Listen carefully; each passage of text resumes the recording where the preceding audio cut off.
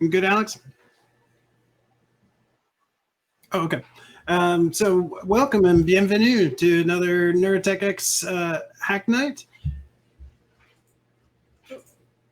NeurotechX is an international community that facilitates the advancement of neurotechnology. Our pillars are community, education, and innovation. We have chapters worldwide, meetup events, and a thriving almost 4,900 members on Slack. So check out if your city has a local chapter. If not, get in touch. See if your university has a local student club. And again, get in touch if you'd like to get one set up. If you're not already on Slack, that's the best way to keep in touch with us between Hack Nights. And check our online educational platform at neurotech.edu. Learn.neurotech.edu.com, and catch our newsletter and job board. Oh, and so, thank you. Another week, and yeah, some of the news this week. Let me just pull up my notes. Well, this is the usual time that we also just say if there's anybody that's here for the first time, if you'd like to introduce yourself and tell us what brings you here.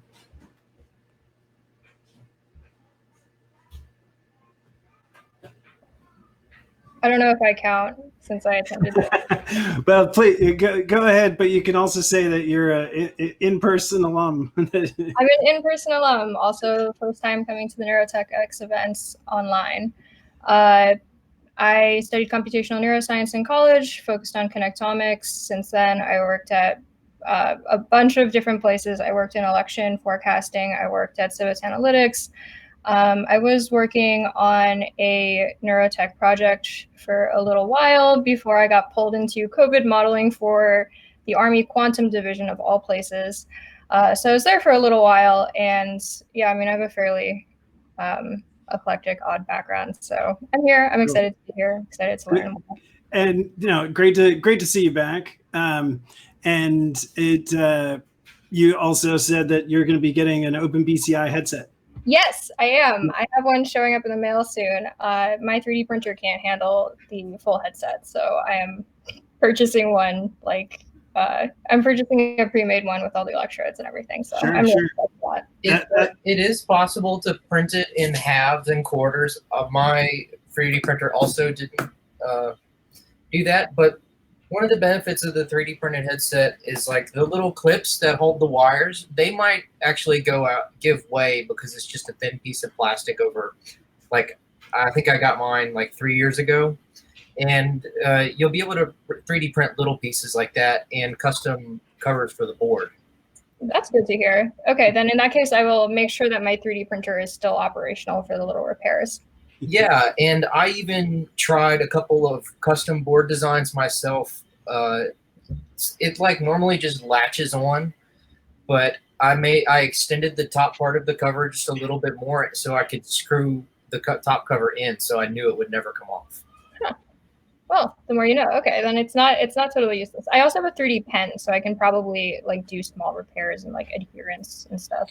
Yeah, I think I ended up putting the headset together, maybe from I think I ordered the Put It Together Yourself kit. Mm-hmm.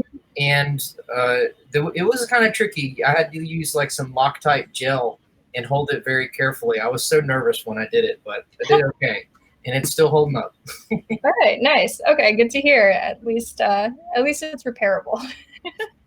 Yeah, let me undo. My hair might be kind of messy. Mm-hmm. Hello, I'm Richard. Hi, how's it going? Rochelle. Nice to meet you. Nice to meet you. Richard works at OpenBCI. Oh, nice! Yay! He's our like technical support. If we think something's going wrong, I might I'm not the official support person. I just help a little bit. Ah, okay. Well, I'll reach out to you if I have any troubles. So we're particularly excited by the new version of EEG notebooks that that I think when you were by the Red Vic, we had some Muse headsets, and we had some of these devices, if you remember. And this is what the EEG notebooks was first made to work with. And now the new version that John released like a couple weeks ago has got Jaden's BrainFlow support that gives us the open BCI compatibility, and other devices that BrainFlow supports. So this is anyway, it's great that you're getting one of those. Do you know if that'll be a 16 channel device? I'm starting with 8-channel just to make sure that I am making the right decisions. No problem. Great. So I'm just checking. We're talking before this started that there's a lot of ERP work that can be done that's still single channel stuff. Sure. Yeah. I mean, this is we'll we were just talking about this earlier about the fact that traditionally ERPs are defined as a single channel effect, and certainly ERP Core goes over, covers that in the sense that like they, for each of these 6 experiments that they've collected in 40 subjects, they talk about basically the effects at one particular channel. So it just happens that in a couple of those experiments, like the N170, you can use these kind of electrodes that are near the ears, as it's very close to the spot that they collected with what I'm now suspecting is actually the ERP Core. I think they actually collected 64 channel EEG and then just released a 32 channel subset that matches the traditional 1020 locations, which I think is kind of funny. But I haven't had confirmation on that. But in reading the details of the processing scripts, it seems like they actually had 64 channels when they first collected this data set. So don't know if we'll be able to get those files, but I wanted to cover just a couple of things in terms of news. So if you are on Slack, and I know you all are, please check the diversity committee's applications. So this is, our new initiative based on improving diversity within NeurotechX. And Abby has released, there's the committee has a new application form that you can find in Google Docs. So the application deadline is August 25th. So please get on that. And I believe there's actually 2. There are 2 forms. Yes. There is the committee, which is currently looking for 4 people, and then there's the consortium, which is the larger unlimited number of people. You can apply to one or both. The form should take about 10-15 minutes to fill out, and currently, because of the way it's done, I would highly recommend using a computer, because you have to download and open the PDF to get the links to the forms to work. You can't open the forms directly from a preview of the PDF, which would be what would come up on a phone typically. But right now, we definitely want to try to get a lot of people to apply so that they can give their opinions quickly on different things that we're going to try to implement over the next 6 months or so.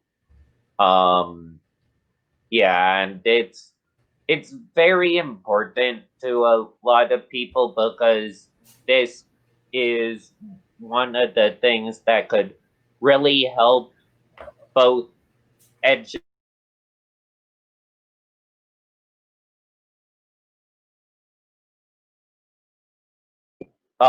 This could really help education in neurotech as well as improving research and making sure that people have their own data reflected in the scientific literature and research, because right now there have been some problems with a lot of studies where because of either it being much easier or much simpler, they collect data from only a very, very small subset of a population, and it can end up not always being applicable to a larger subset of the population.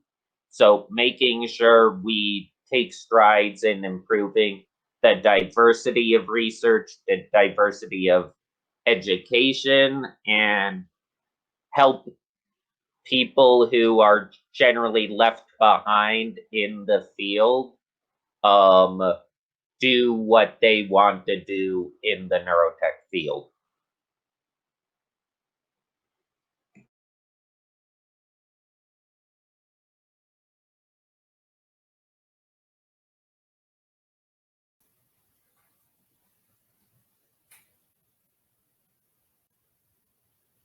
Morgan, I think you're muted.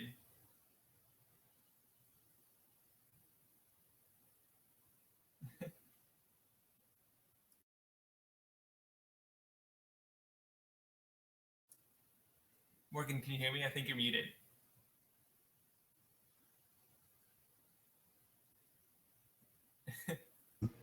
Sorry. So I know this happens some on Jitsi where you can mute everybody. So sorry. I was just saying that the form doesn't look. I mean, I just popped straight into Google Docs and there's maybe 350 to 100 word things to write. Anyway, thanks Ryan for the overview, and thanks Abby and Maria for getting this as far as it's gotten so far. Yeah, really looking forward to this. August 25th is the deadline, so if you are interested, please apply. There are a couple other deadlines. I know, I want to say, let me just check.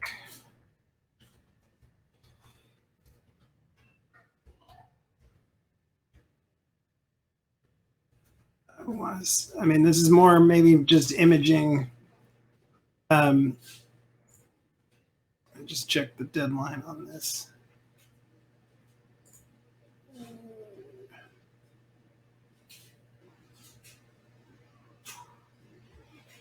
Yeah. So, okay. Well, if you're interested in being a teaching assistant, the applications are due for a great neuroimaging school that's going to be happening next year. But, well, no, sorry. Online course starts October, but I will drop this in the chat. So TAs are this week, and student applications are next week, 28th. And of course, I don't know if everybody already saw this, but Neuromatch is back, and will be also in this same kind of time frame. I forget the exact dates, but it basically coincide with what was going to be SFN, and yeah, or actually, that wasn't. Let me just get the. Well, if you go to any of the Neuromatch Academy Twitter feeds or principals, you can find the announcement. But I'm super interested to see if we can get. They're looking for non-computational neuroscience groups to get involved, and I think it would be awesome for us to get involved as a BCI EEG, neurotech organization, if possible. And I know that that there were some people like Abby who were actually interactive students for the academy this year or this summer, and yeah. Anybody else know of things that that students can be applying for? And like I posted on the agenda, the BitBrain, is giving away 150,000 euros of hardware. And I saw another little addition to that is that PST, or Psychology Software Tools, which makes probably its most well-known product is ePrime, which is an experimental control software program. That ePrime would also be matching that, or if you wanted to roll in your ePrime software, that you could basically include that in your BitBrain application, and PST will be also giving away tools. People have heard me talk about the Child Mind Institute data set before, and this is 10,000 subjects, 10,000 kids being imaged, and with fMRI and high density EEG, and those 6 or 8 tasks that they have are all ePrime experiments. So we'll, just as some example experiments that has a lot of publicly available EEG associated with it, for instance. So BitBrain makes both dry electrode systems like OpenBCI, as well as semi-wet, I think they called it, or semi-dry, and then traditional cap systems, or 32 channel kind of cap systems. That is September 21st, I believe.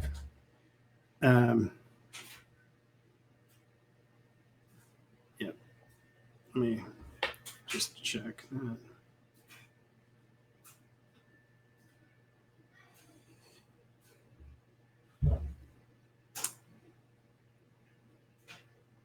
Any other news or announcements? Oh, the only other thing was this NeuroNexus, which looks like an Alberta regional hackathon, neuro-related hackathon that's coming up. That I did post on the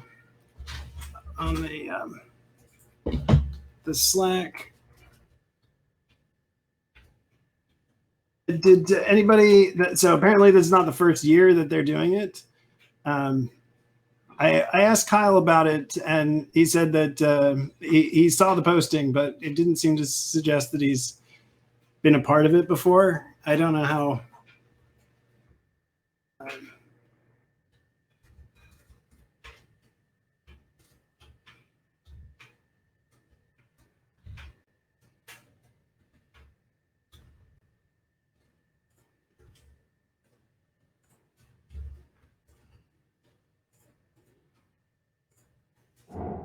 So anyway, I just dropped another link there.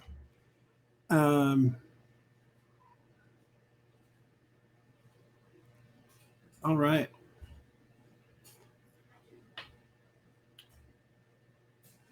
So at 6:30, we'll turn over to our regular topic of EEG notebooks, and I can talk a little bit about some of the issues that I'm having. But I'll just quickly turn it over to John if there's any updates or anything you want to mention. No major updates. I've actually been mainly busy with mentoring GSOC students this week, kind of finishing them up. But Gotcha. We're definitely looking for feedback and people to be trying stuff out, and we're in the kind of the same phase of trying to tighten up the documentation and tighten up some of the kind of installation dependency kind of things.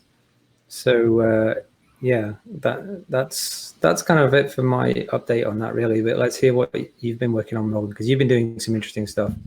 Well, yeah, I mean, so straight off, just for everybody who might not be familiar with this, check out NeurotechX's GitHub and the EEG notebooks repo.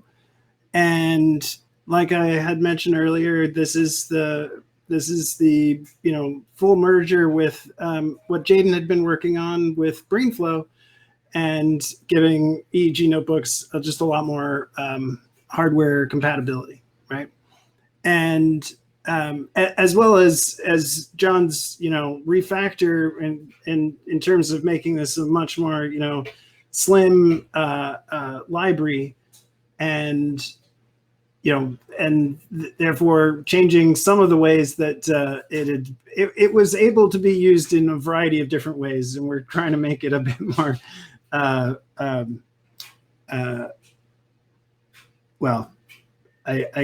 Pythonic. I don't know what you would call our the kind of design goals, but so I've definitely tried. I've got one of the reasons I'm running out of desk space is I've got every platform in front of me, and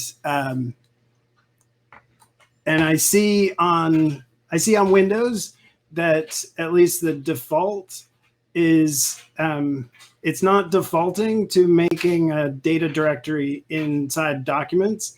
It's defaulting to a .eeg nb, like basically a hidden folder. That's okay. On purpose. Okay, so can you say more about that? I mean, or and it'll definitely do something else on Linux and Mac. Yeah, it creates the same kind of folder structure on all three of them. It's just to get it so that when we save the folder, it saves out of the or when we save the data, it saves outside of the library itself. Sure. So it's just that in some I'm getting an EEG notebooks directory, and that's not hidden. And I'm just wondering if it's something I was doing. I think it's just that maybe that it just defaults to being hidden on Windows because it uses the dot in front of it. I'm not so sure. We didn't do anything to set it to be hidden, I don't think. Did we, John? Not other than having the dot. Is that the dot should be right directory, Jaden? It puts it there while it's storing the data, and then when it's done closing the file, it puts it in the right place. No, it's permanent directory. So all of the data that you use, that is the example data,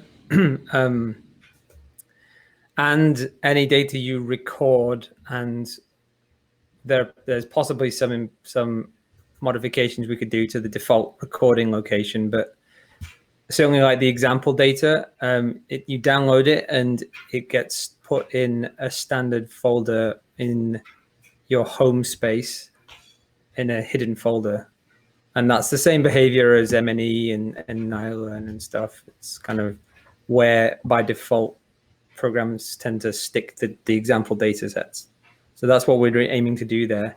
Morgan, like if you're having, well, anyway, the first thing is like issues you're having, obviously put them in as issues.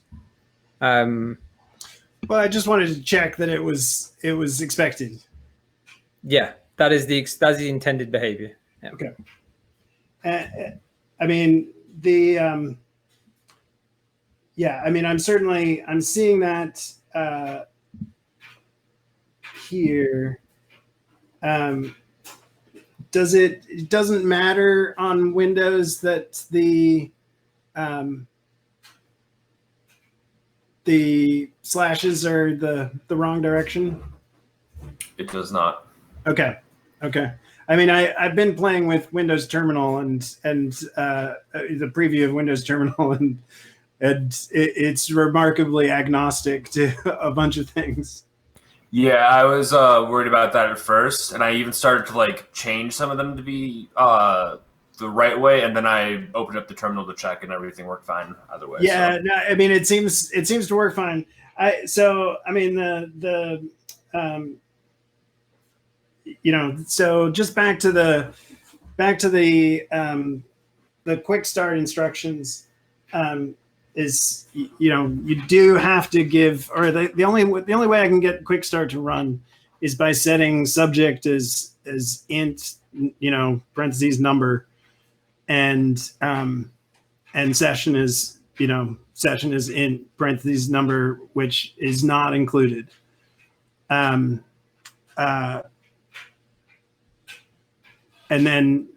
then quick start will run.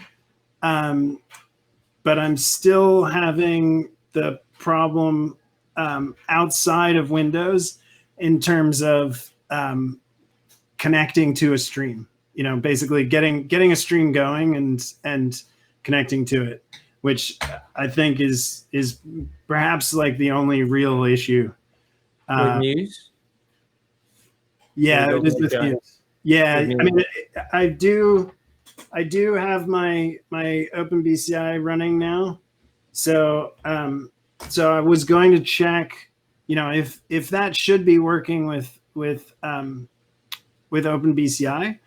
I was going to make sure that I've got everything, basically test out point 2 with Open BCI. Hey, when you said you got it to work, did you try it with the GUI or serial monitor? At this point, as you know, Richard was just helping me get it going. I've only got it started with the GUI so far. Did you use 5? I did use 5. Then you've got a recent firmware. I was worried from the get-go that you said you got this from somebody else, and it might have been like an OG board with old firmware. Well, it hasn't been updated in like 3 years. So, yeah. How do I get the? But it's good that you have a board that can run with 5, because there's the danger of breaking your board when you try to do an over-the-air firmware update. You gotta be ready. You gotta like turn your phone off. I mean, you really don't want it to go wrong. I know Jaden was making a face, but yeah, I'm really glad I know about that now, because I've almost done that before. But now we'll stay far away from that, because we don't rush to say. And thankfully, as time passes, like I said, 3.1.2 on the SciTime firmware was changed in like maybe 2017, and so we're just hoping that everybody that's gonna keep using the board, that they've already updated their firmware. We don't rush to tell people to do it. And we have a big disclaimer on the docs. Yeah, this was a couple of years ago that I was getting some error that from the forums, it said had something to do with maybe having to update the firmware. And so I was going down that route to try it out. And then I figured out which version of the firmware I had, that I still had the correct version, so I didn't need to do it. But yeah, I found out that my house is apparently like it's a hotbed for EMF noise, and that's why I cannot record data in my house anywhere. Aww. And so that would have been really terrible to try to do an over-the-air firmware change inside of my house with that going on. I mean, look, here's a scenario that happens. Let's say you don't have LTE at your house and you're using like an older network, and you get a call right as you're trying to do that. I mean, there's so much. I mean, I've heard like speakers and stuff. They make like noise whenever or they used to do it whenever your phone would go off. But Yeah, I remember those days. But if you're running with 5, you're good to go, Morgan. It probably has 3.1.2 on it, and it's So can I get that? I mean, can I just confirm that? Hmm? Here, I'm just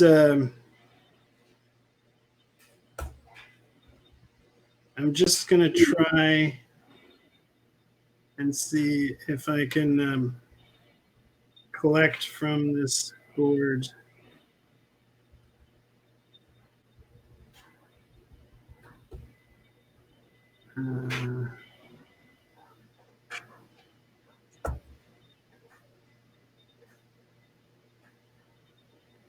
Okay.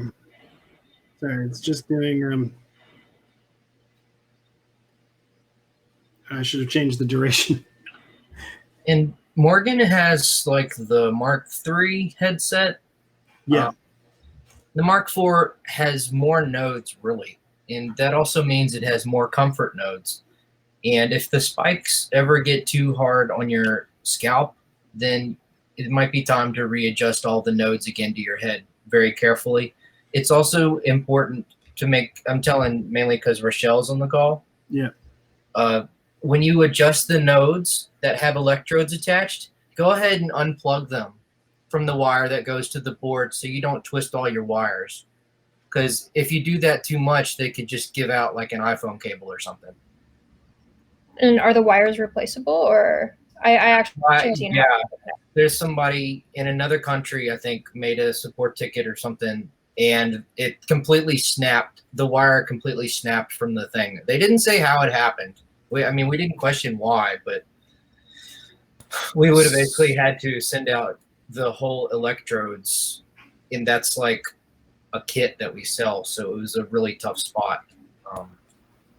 So I don't know how recently it was that it was so clear in the documentation that you shouldn't twist them while they were still connected, because when I first got mine, I don't think it was quite as clear. And so I have a few electrodes where they've been twisted a little bit, and you can see the wire start to come unseated from like the like hex nut that it's attached to. Yeah. Our person that's head of support probably saw it more than once, and they usually are on top of that and make those changes as fast as they can. So yeah, if something's not right in our docs when you get started, Rochelle, let us know. We'll make it right as quick as we can. Awesome, will do. And our intern this summer, she's doing a rocking job. She just put some new examples up. We had like just my little example under the examples. Now we've got 3 or 4 more examples. Are those the examples on the website or on the GitHub page? They are on our docs, and we've been sharing them on social a lot. Let me drop that link. And one of our big reaches for the examples is people starting from an absolute scratch. I mean, you said you've got a computational neuroscience degree, but there are people that are just kind of like me that said, you know what, this is going to be something 20 years from now. I might as well start now.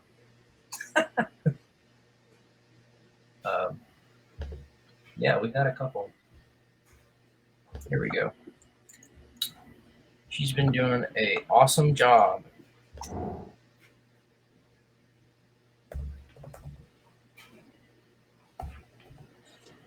Going for real easy stuff, EMG projects.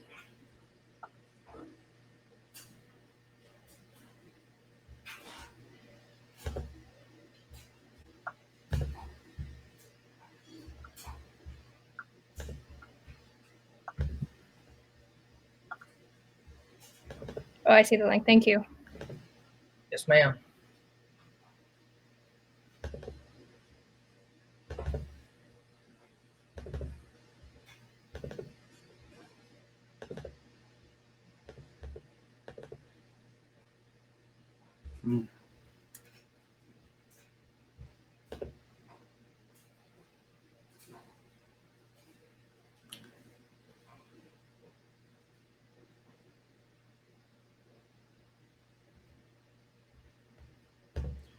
So I'm just rerunning the same experiment, but with the site on, and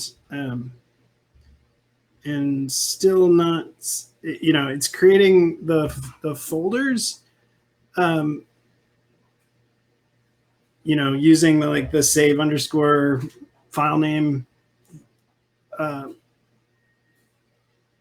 path.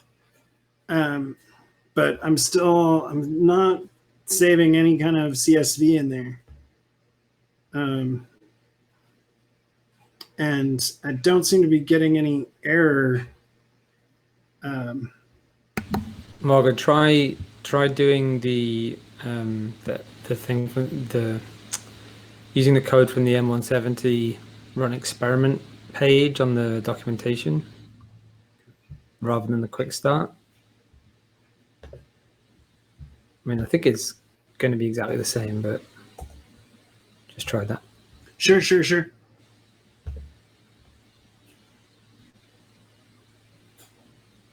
From the read the docs?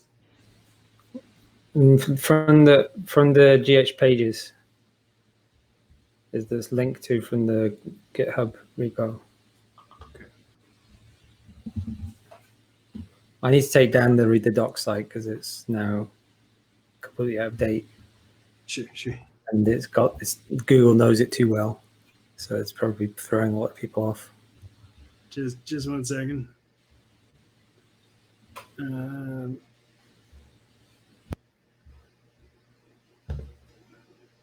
Oh.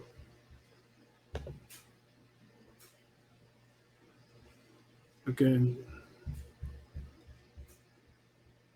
Yeah, there's just a couple things in that README that need to, a couple paths that. So the documentation URL is going to neurotechx.github.io. Yeah. Okay. I mean, it looks like read the docs, but it's not read the docs. It's a read the docs themed Sphinx site. Yeah, but it's going to eg_notebooks/index.html. I'm getting a 404. Here, let me Really?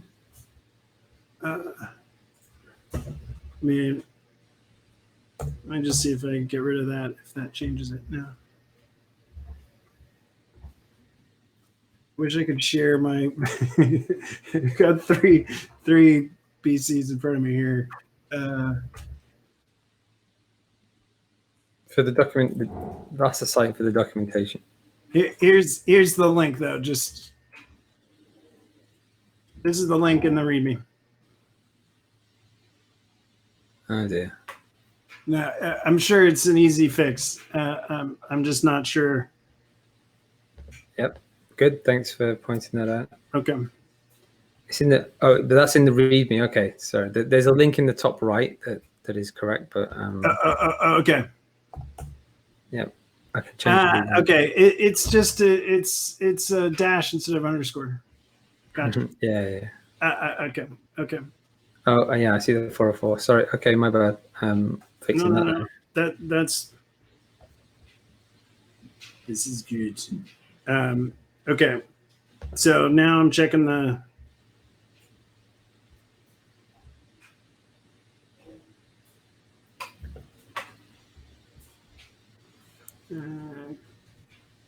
Yeah, and I've been trying requirements-min. I mean, it basically just takes out the Sphinx stuff, takes out the well, I'm still not really sure if we need BluePy on Linux. But I'm getting an error with if you include BluePy in the requirements, which is it's not in there currently. You get an error if you do put it in. I get an error on Windows and Mac if I do put it in, which is super annoying. And like I don't. We can do. In fact, we should have this for the requirements. We could do operating system contingencies for all of these. Sure, but I'm not actually convinced we need it for Linux. I mean, I wanted. I'm gonna check. Okay. But yeah, it is failing on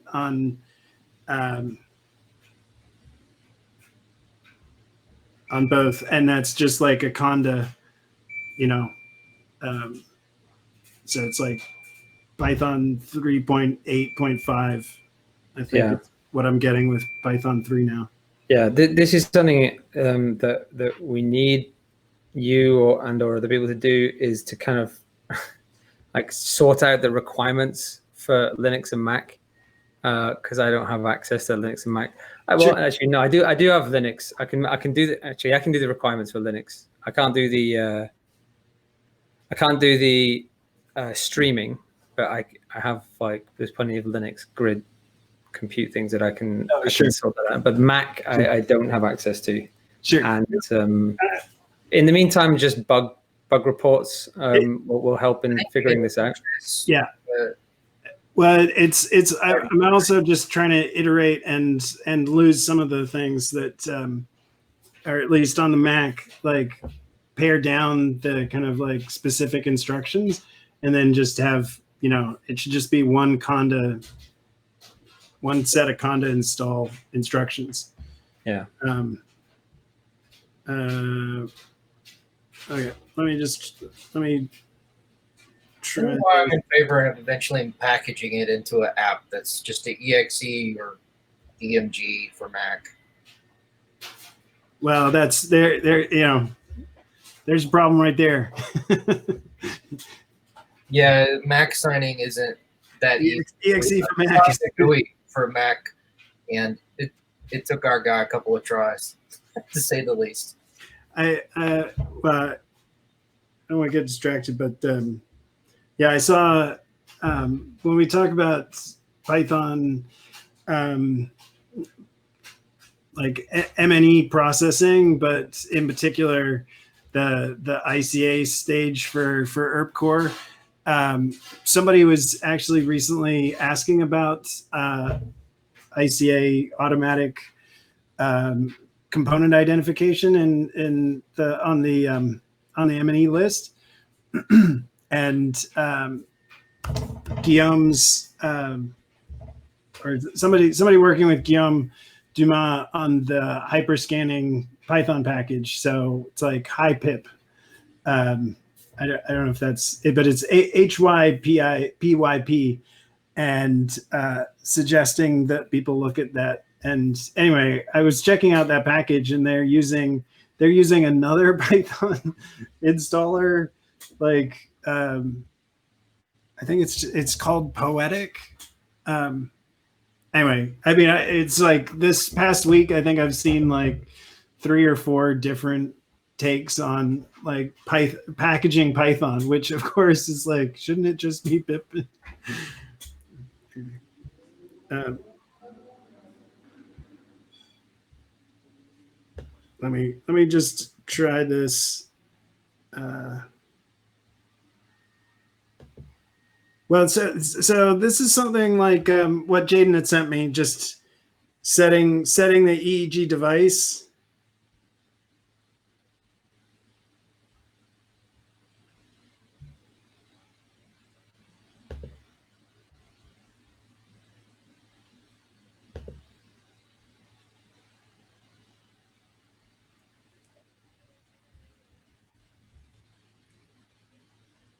But you definitely can't call your subject test, though, right? I wasn't exactly sure why you'd have a problem with that. Because it wants to turn it into a number. Yeah, because remember, John, the format that we have, and it turns into the 4-digit integer. Yeah. Because I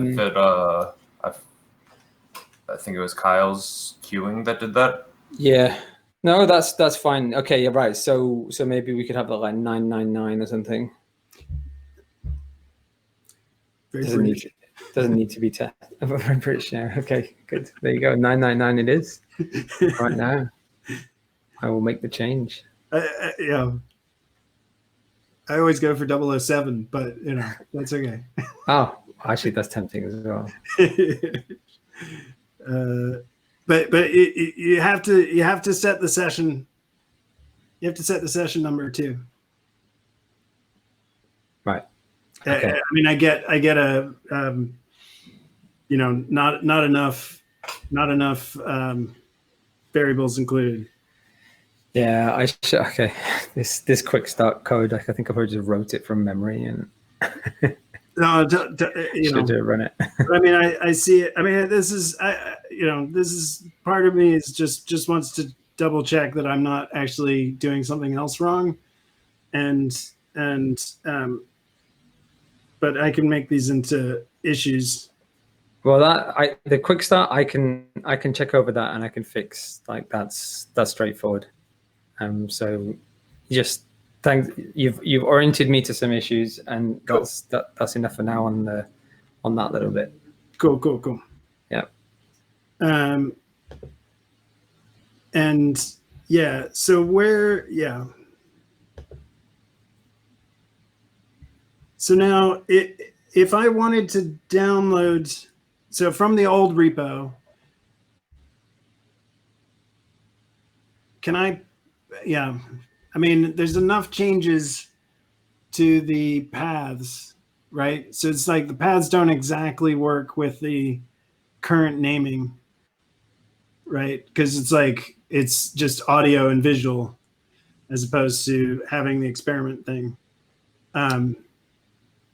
Yeah, the paths have changed a bit from the previous repo. Would you want, an issue to be like updating the the example data directory with kind of like current paths in terms of, making visual into visual N170? Hang on, where? Okay. Where are you? Where are you talking about right now? Now looking at EEG notebooks underscore V0.1. Yeah. And then data. Yep.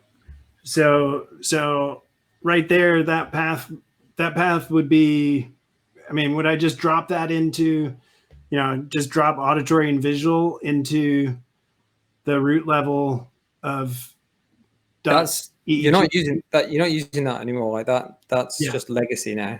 Well, the data's on Google Drive in the correct folder format. And that's what the downloader fetches. Sure. I mean, it's nice to have. I mean, not that it should be a part of the lib, but in terms of like being able to install some example files so that I can actually be playing, even if I don't have acquisition working, that I can be playing with loading some of these in.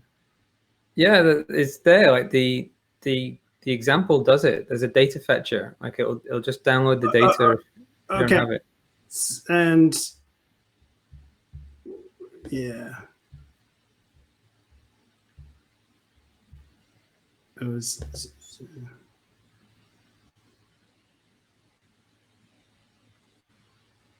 okay. It's the analyzed data or visualized data, whatever it's called. The second example in the examples page for the M170. Yeah. If you run that example, and more or less the first thing that it does is it downloads some data, and you can download other data sets by just calling that data fetcher function. Okay. So we could have a documentation page on the data fetchers that makes that clear. Okay. Probably be a good idea.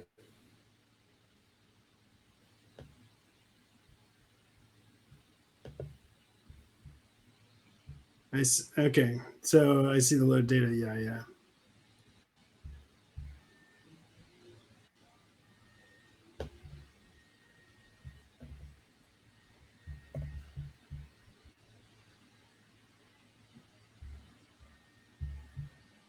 And did you what was it for the documentation that you found that you needed Matplotlib 303? That is something that came up recently, and it's MNE latest version is breaking on the PSD plot. Oh, okay. And I think you mentioned this last. Probably MNE will fix that, or it wasn't exactly clear to me.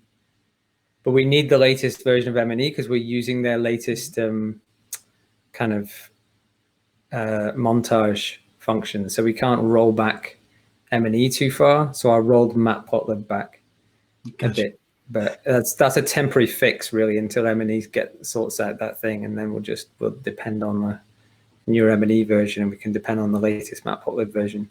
Okay. It's really weird that all of a sudden MNE is breaking Matplotlib. In fact, it really shouldn't happen because MNE do like serious auto doc builds. Yeah. So they should catch that.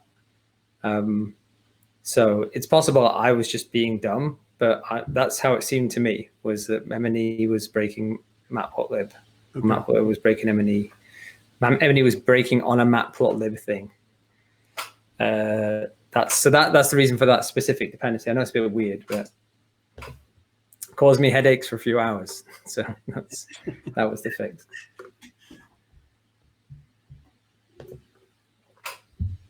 Yeah. Well, so if you've got headsets, please be trying this out too.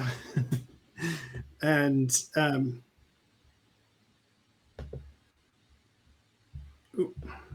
sorry, let me just. Okay. Yes. So it's 7 o'clock, and as everybody knows, we always stay on target for our agenda. So we're going to keep collecting issues. Please try out the EG notebooks, and the more hardware, the better.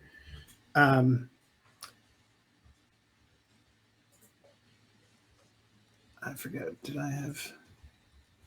So ERP Core. ERP Core is this open resource made available by UC Davis and San Diego State that gives us 40 subjects collected in 6 experiments, all of which can be collected. Each experiment can be collected in approximately 10 minutes.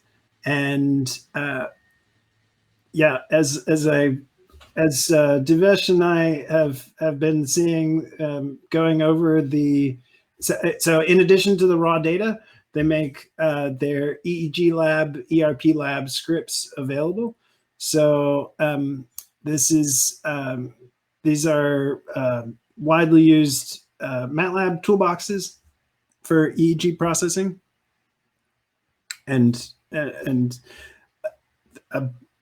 you know, it's like 6 or 7 scripts, which like 4 is mostly focused on the ICA cleanup, which again won't surprise anybody who's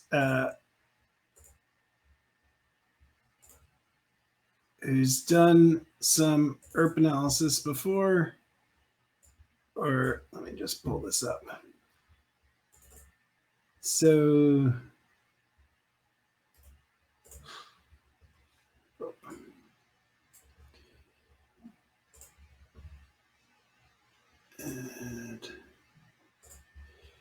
yeah, so here's so this is you know, like I was saying, this is started I think actually started as 64 channel data, but they are using they're using the kind of traditional 1020 names, and so I think they're paring it down to you know, a 30 plus channel data set, and so let me just So sorry, here's just our first. So I showed you the stimuli that that they've also made available.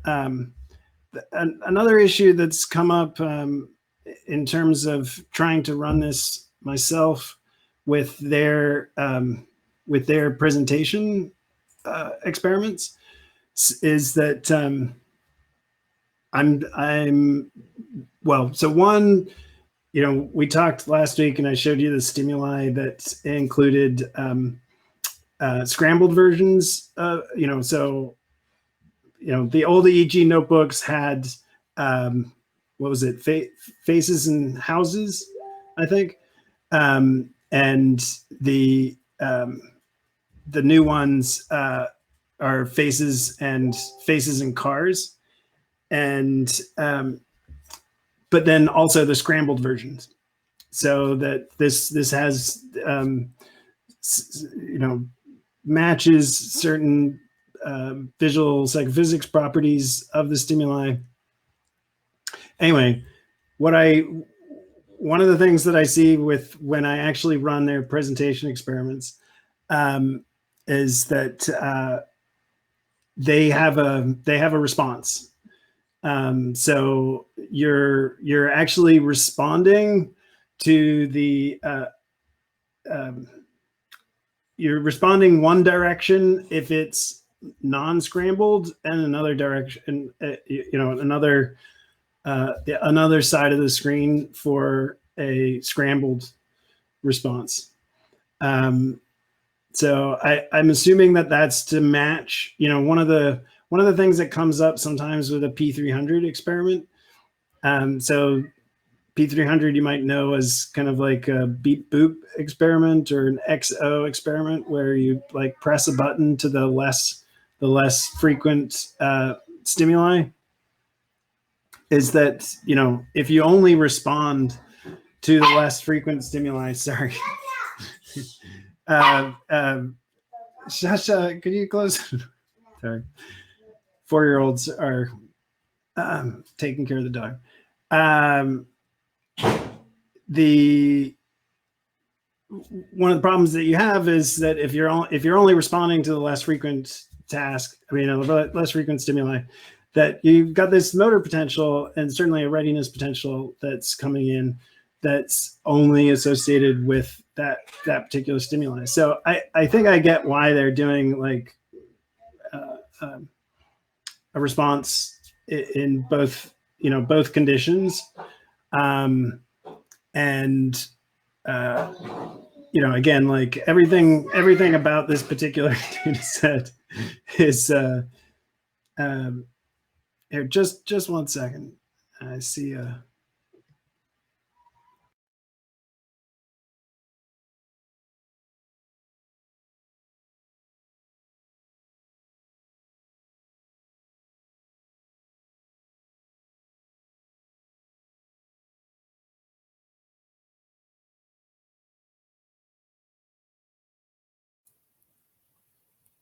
Oh, hey, John.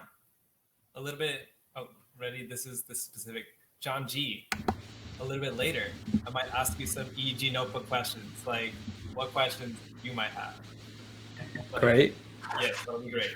Well, cool. Morgan's back. Morgan is finished being a great dad. I think he's back. Sorry, did you have a question? Oh, I was just telling John that we're going to have to catch up in a little bit since I just got on the new desktop. I got Nice. EEG streaming from the Muse again, and now I'm ready to dive back into EEG notebooks. But yeah, probably have some basic questions for later. Okay, awesome. Great. So yeah, let me just give, for anybody, or hopefully there's some people interested in herb core. I know that Devesh has to actually go to class before 8. So I'm just gonna talk a little bit about what we're seeing.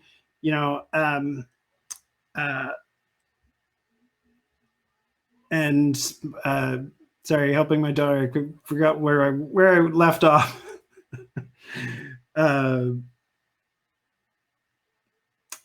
We were. So anyway, like I'm trying to recode. So I'm recoding. You know, I've been going through the EEG notebook experiments, and you know, they're good examples to get started with. But they do, you know, certainly the existing experiments, if you call them that, are lacking some features if we want people to collect data that could then be used in, you know, for some science. And you know, the Herb Core data set, in addition to providing, you know, wonderful material for people to you know, learn about ERPs, and being, you know, the perfect I've put his book somewhere. It's his book's around here somewhere, and as well as being the perfect example data set for Steve Luck's intro to the event related potential technique.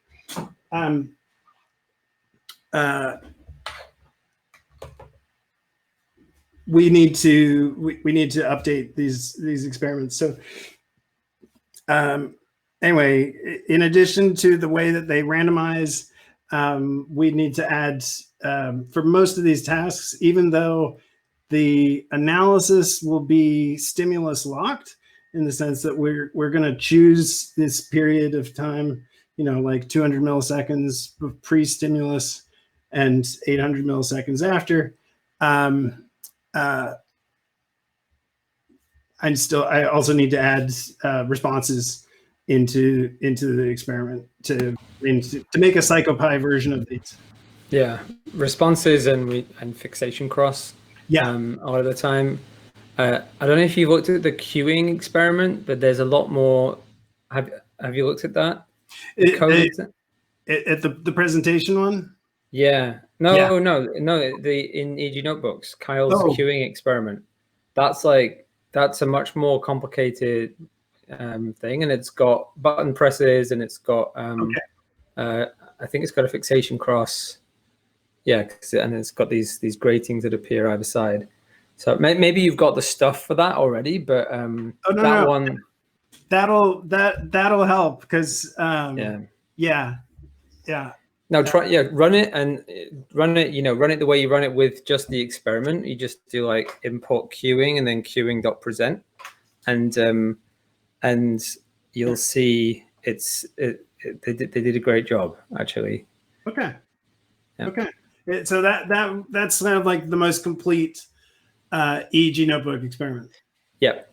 And there's lots of data from that as well. And I asked Kyle to kind of update the documentation on it, because it's a bit sparse, but it's a really nice example data set that they you know. Oh, did he supplied. collect data with it? Sorry? Did Kyle collect data with that?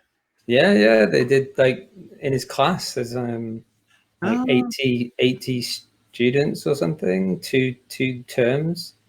There's a big visual queuing data set there, and I think I mean, it's kind of noisy at the individual subject level, but and they do some interesting stuff. They have like plots with like sensor differences, left-right differences corresponding to left-right hemifield cues, and there's a few more things than just the waveform, which is what we've only got for most of the things. Yeah, there's more there in the queuing, and the I see. Yeah, the actual analysis and the documentation around the data set and the analysis kind of needs documenting, and the experiment needs documenting because there's no actual documentation on it. But the code is there, so you can absolutely run it and see what's going on. Yeah. Well, that So just looking And at definitely like do that if you wanna do some pull requests, sticking like,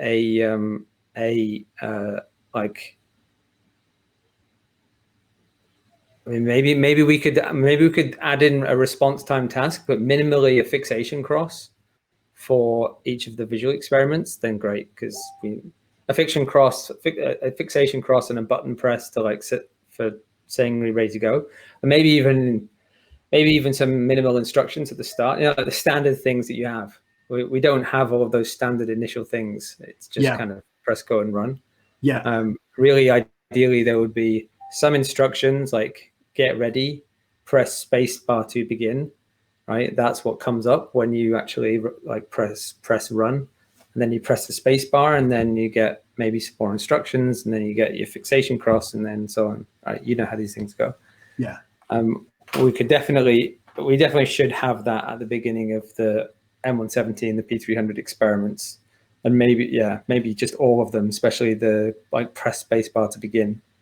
Yeah, it's exactly what Jonathan Pierce shows in his example Psychopath experiments as well, and I've gone through the Herb Core presentation experiments, and of course they do that too, and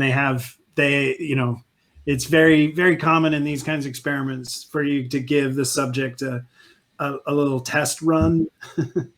A test run, yeah. No, we could have that as well, yeah. And just we don't even have like a kind of an official experiment structure, right? They're like, it's run it as long as you like, as many times as you like, and we have a nominal idea for the OpenBCI challenge. Yeah. But we could do with formalizing that a little bit, right? Say like the experiment is 30 minutes of data or 1 hour of data broken up into 5 blocks, something like that, and just say that's the experiment, and you can vary it. I mean, this is why I'm so curious with the N170, right? Is that the electrodes? I mean, what they're using, I think PO8. For Herb Core. So sorry, let me just get the I'm just opening up their PsyArchive preprint.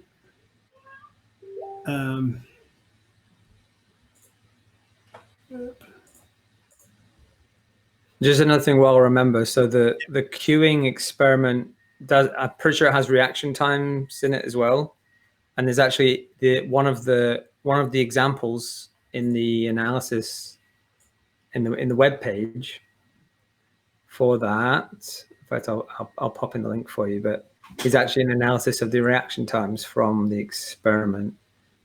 I think I saw that. I mean, it's like it's in the visual queuing part of the behavioral analysis, it's called.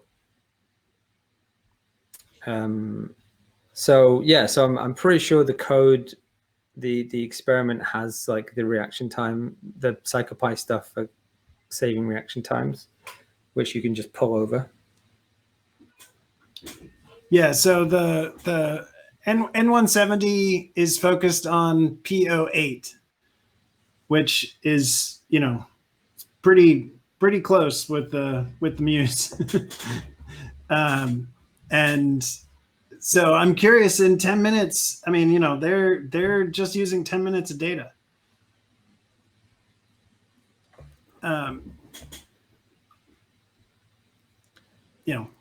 Right. Yeah. So I mean, 10 minutes is a more sensible official experiment than 10 minutes. Yeah.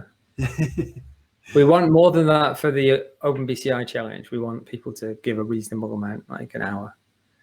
Right. But would it be an hour of just one experiment, or an hour of, I mean, currently the plan is an hour of each of the 3 experiments. Cool. So 3 hours. But they're entering a competition to win some gear, so they get something from it. Should be enough for test retest.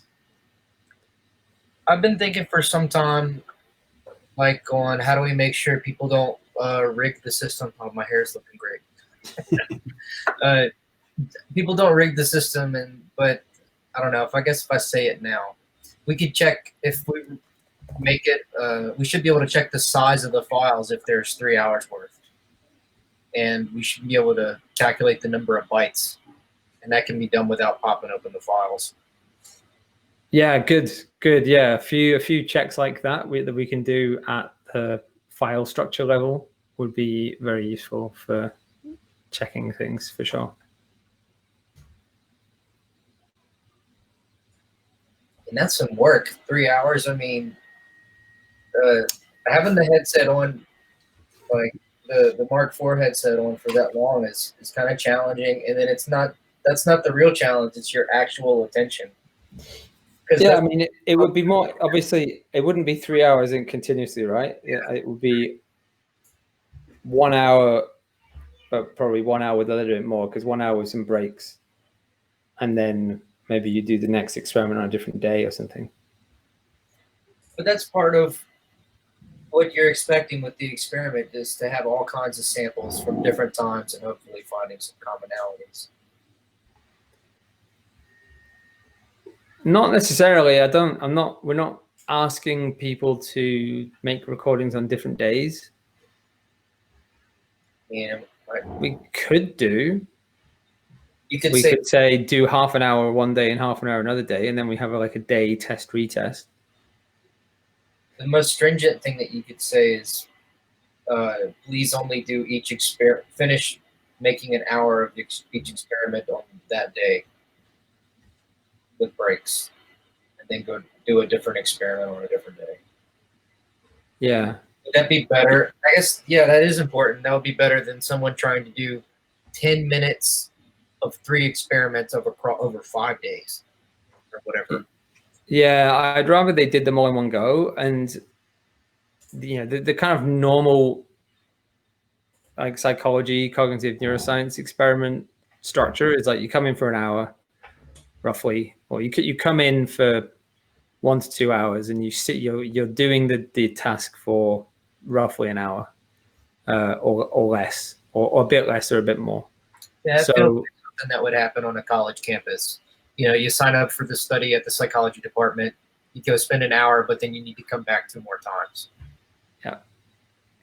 yeah, I mean, yes, you're right. It's a slightly different vibe to a kind of at home, more indie setup that we're doing.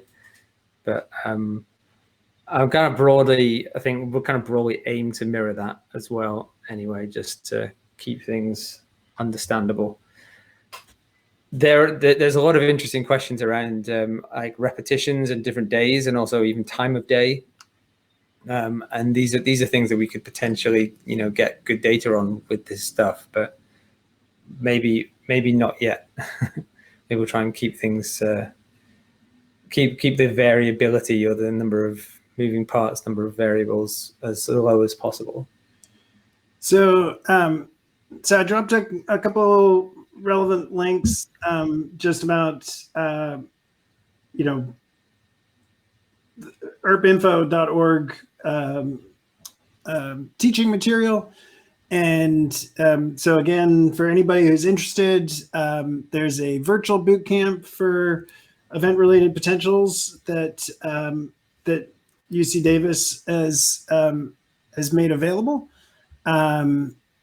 So if I'm going through this just to see what they're doing, and if anybody's interested, please sign. It's all there. It's in a kind of like a MOOC format, in the sense that like it's go at your own pace, and everything's very bite size. Anyway, certainly it's a good complement to the book, which again, I still highly recommend. The second link is free online chapters for the book that they make available, or Oxford University Press makes available. And the cool thing being that these are actually chapters that aren't included in the book, or and you can, anyway, one of the first that I think would be interesting for people to look at is actually the last chapter, which is setting up and running an ERP lab. Because it's actually quite a bit of just what you want to tell people about setting up their, their test computer, or and I've because I've been running through both presentation experiments and Psychopath experiments and EEG notebooks across platforms, and in my particular case, it's basically on multiple laptops that have like different screen sizes and other different graphics, etc. I will say that the chapter goes across what is very standard for researchers, but is at least it's like more documentation that we don't have to write. And it can point people to very good material that covers a lot of this. I wonder if there was anything in particular. I mean, so in going through their first script. And this is the loading in the BDF files. The second thing they do is shift the stimulus event codes by 26 milliseconds to account for the LCD monitor delay. That's kind of hard to figure out. That's a hard value in some software. So yeah, I was trying to think and was wondering if they had anything good in the in this particular chapter about that. I mean, certainly, there's Psychopath is getting, first time when you run Psychopath, it's going to figure out some things about your monitor. So the second time you run it, it won't be figuring those things out. But these aren't things that should really affect the. So, I mean, the weird thing about shifting your events 26 milliseconds is that really shouldn't change things as much as having some sort of random delay that's introduced trial to trial. But you said it wasn't hard coded. It fetches it. It tries to fetch it. Well, so I'm not refresh rate for your monitor and then do that. Yeah, so I'm actually using. So you think another thing that we add. What was that? To calculate this offset value. Is this Psychopath? No, so they're not. So again, if you're in a research lab, you're going to use a photodiode, and you're going to. I mean, certainly what we would do. I mean, this is pretty standard. Is that when you have, you're usually presenting things either in the center of the screen or close to the center of the screen. It's actually that's another point of contention with the researchers, whether it should be in the center, actually slightly off of fixation. But the main thing being that you test timing by when you put something up on the screen in the middle, like the houses or faces. One of the corners you also have flash white. And you put a photodiode with tape over it so that person doesn't actually see that flash. But that's how you capture the exact timing of the experiment. So anyway, we're doing that exactly.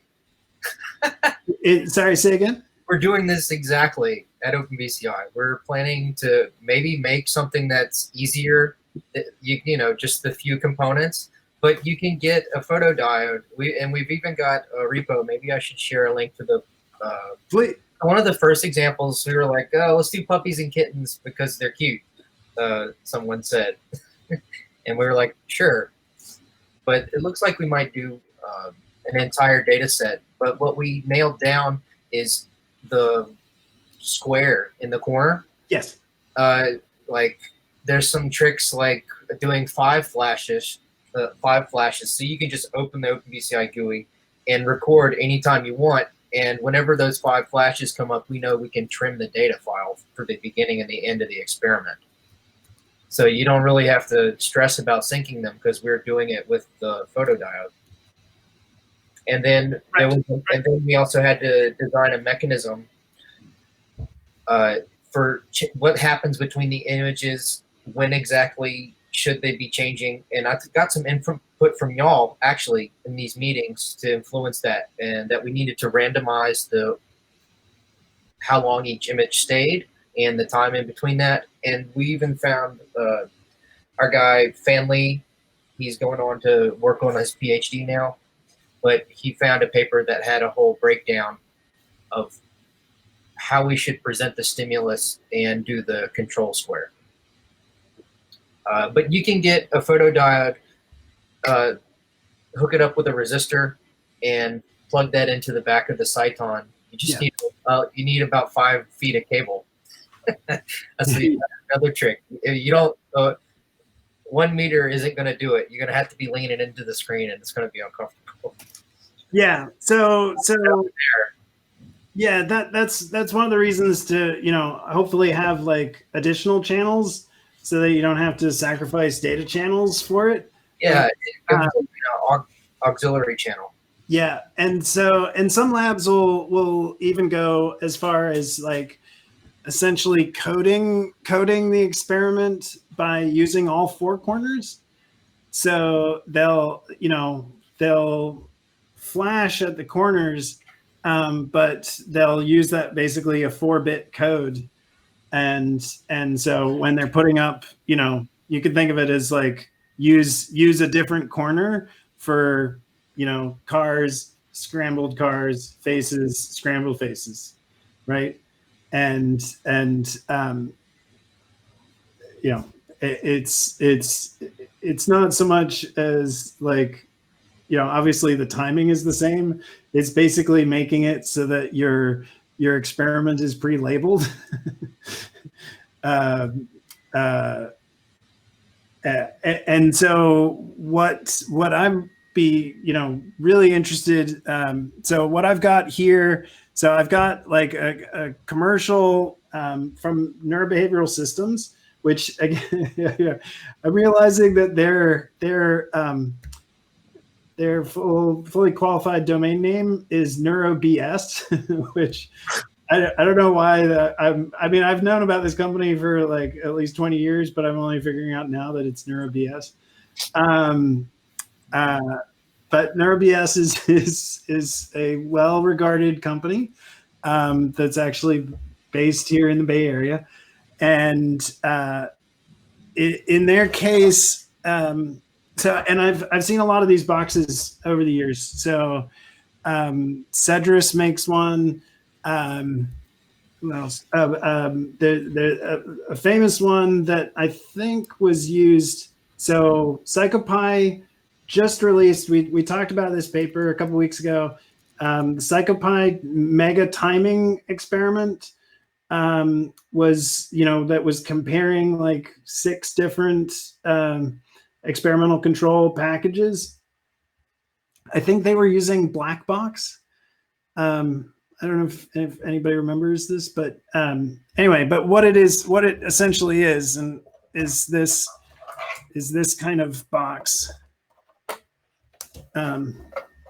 where you've got your inputs. In this particular case, what's cool about neurobehaviorals is that it's got an Ethernet port, and it is this is an LSL node. So it can do all sorts of cool LSL things, and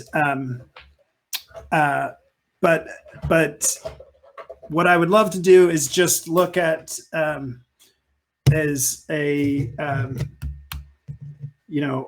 a shield for a Raspberry to essentially do the same thing, right? Because there's really nothing. Actually, the fact that they've got it working as an LSL, client server, shows what we could be doing with a Raspberry Pi. And they've got some nice features. Actually, a mind effect device. What about mind effect? I think it's just a Raspberry Pi, but it's got their algorithm on it. Well, we're yeah, barely. We're going to talk about or maybe we shouldn't. Am I correct? Still too soon. Raspberry Pi, but then their device is it's not very usable right now, even by their own admission. I was talking to them on their GitHub, and they're working on open sourcing. They did a Kickstarter, and that's the first, really. Yeah, so they did the Kickstarter. I got their device. I haven't been able to get it to get accurate classification at all. And so I've been like troubleshooting some of their issues, and their like main guy, Jason, gave me like a list of things to try. And then he also recommended I update the library. Apparently updating the library bricks everything. Okay. And so their Python library, last I checked, it doesn't work, but according to them, they at least made it usable now. But they're still trying to work on open sourcing everything so that it doesn't even need to run on a Raspberry Pi. It can just run on anything running Python. But yeah, for now, it's still really, really difficult to get working. I haven't talked to anyone else who uses it, but it seems like you need wet electrodes to get it to work, even according to them. I was just going to ask, I guess the platform wasn't the problem, the computing power of a... No, it wasn't that. Right. I mean, so does it use just a stock Raspbian? Yeah. There's a stock Raspbian with their own stuff on it. Before we move on, I did get the link for Ava's current work on the experiment that uses the control square and a photodiode, and you can even go to there on GitHub and look at the video MP4, and it'll show you puppies and kittens. So you can just, look at it for fun. Yeah. So this is cool, and the paper that I also showed a couple weeks ago, it's like systems and subjects and something, that was a comparison of 4 or 5 different EEG systems collecting the same experiment. And it was showing that the consumer wireless devices had the worst, they had the worst contrast to noise of all the systems that they tested. Yeah, that's why I'm really looking forward to the Notion, because it's supposed to eliminate a lot of that. Well, and specifically you're talking about Notion 2. Yes. Yeah. Yes, and I'm excited to see that. Or I'm excited that we're gonna have that in the mix. I'm still waiting for the unicorn to arrive. And anyway, I still think that one of the, so again, like the real take home of that paper was, of course, that the intersubject variability is bigger than the device variability, and surprising no one, right? So just want to mention that. But it wouldn't surprise me. I remember when Adam Ghazali's lab did a very good review of at the time currently available wireless systems. It was so key to get a hardware trigger on the device to get the timing to be able to, you know, produce an herb. There were still issues, but that it was, you know, the lack of getting an accurate synchronization with the device that was causing the most slop in the averaging, you know. And anyway, there's really good discussion of this in Steve Luck's book in terms of how important it is, you know, to get the stimulus markers, you know, accurately, you know, millisecond accurately in your data record, and having a, you know, photodiode is, you know, really in research labs, as OpenBCI is finding out, it's like it's standard to just have that stream, have that as an additional stream. Hey, Alex. I don't see any problem with it being a YouTube video either. I think YouTube should pick up a lot of the slack. I guess you have to wait for it to load all the way. Somebody else was saying something? Sorry, YouTube? Yeah, a video with markers. Couldn't you just post Oh, it? yeah. So yeah, so some of the kind of like naturalistic, some of the naturalistic imaging, which is basically people watching, imaging people watching movies, they'll still put in markers, and just as kind of like verification, you know, not necessarily all the time, but verification. And okay, so just to keep us moving, I mean, for those that are interested in learning ERPs, this is a great resource. Currently, so we've been, Devesh and I have been using M&E Lab to visualize everything. So you don't actually have to have MATLAB. Key and I are, you know, basically we're going through the scripts to produce all the intermediary files so that you can, and then like what we can then do is also make the intermediary files available for those that don't have MATLAB, since MATLAB's, you know, if you're not a student, MATLAB is pretty expensive.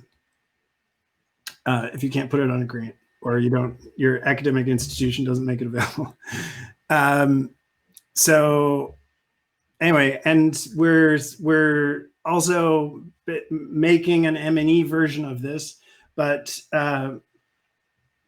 we're not necessarily trying to just, you know, I mean, you know, we're not just trying to translate their EEG lab, ERP lab scripts into, you know, M&E. They've already done it. They've done it in a fairly conservative fashion, but also in an extremely old school. I mean, they've got a lot of hand, you know, hand setting of particular variables. I mean, like subject specific thresholding, and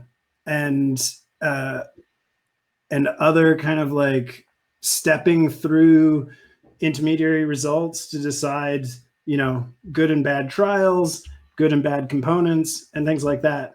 And, you know, what we're trying to do is really think about, you know, not how to process 40 subjects worth of data, but, you know, how are you going to process 4,000 subjects worth of data, right? You want algorithms to do this for you, right? And there's certainly plenty of good examples. And so what we're particularly interested in is, can we replace, you know, can we automate the ERP processing of this particular small data set where we've got, you know, basically hand processed examples that we can use as, sort of as ground truth, or certainly like we know what ERPs, grand average ERPs that we should be expecting from this data set. But we're really looking to try and find ways to automate all of these steps. So using prep and what is it like? Well, if you go to M&E tools, M&E.tools, and you can find a set of additional functions for doing this kind of stuff, such as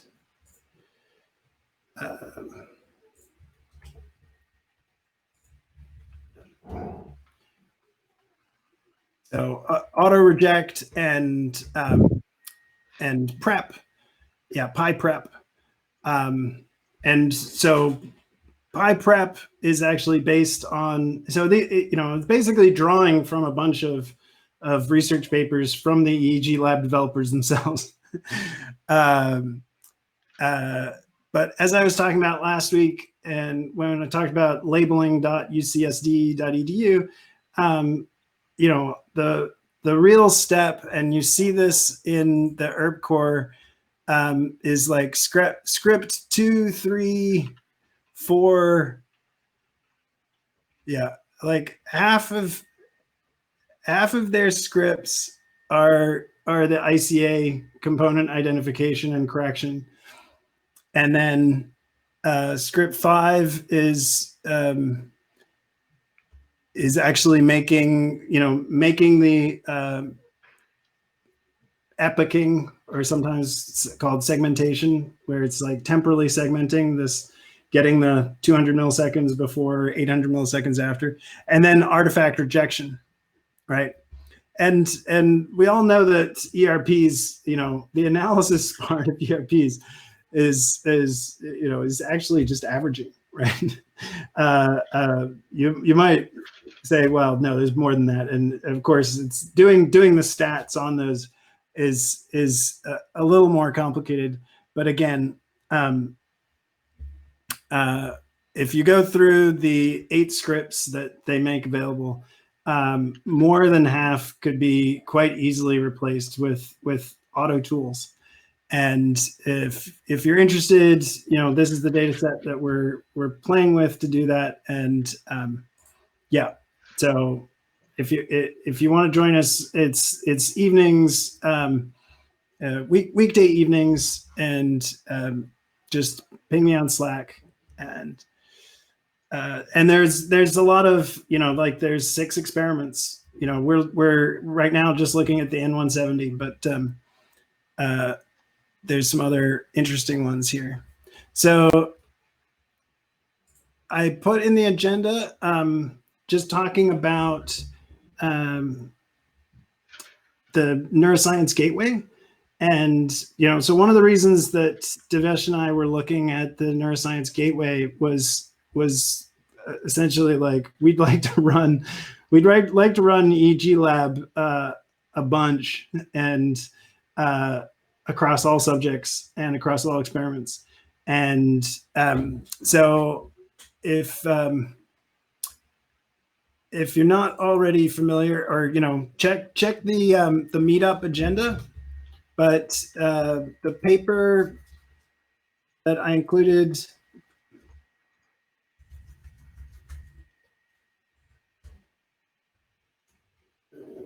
I'll just drop it into the Slack. Let's drop it into the.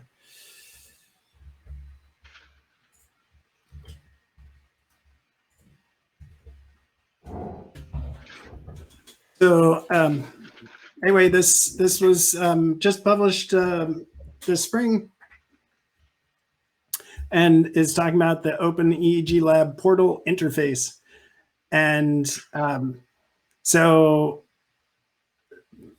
for those of us in computational neuroscience, you might already be familiar with the Neuroscience Gateway as a collaboration between the San Diego Supercomputing Center and the neuron developers.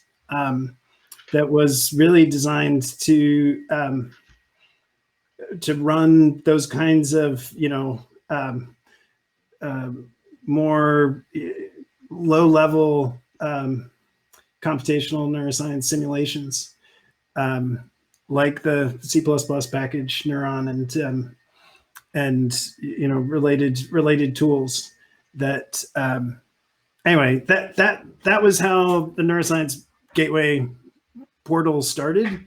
But I've noticed that, well, so one, it also gives you access to MATLAB. And in particular, as you see in this paper, they're giving you access, to a configured EEG lab. And if, the nice thing when EEG lab is installed for you, and the center knows its hardware, is that it can give you an accelerated ICA. And so it is possible to GPU accelerate ICA. And there's a number of different versions, and let me just see if they talk.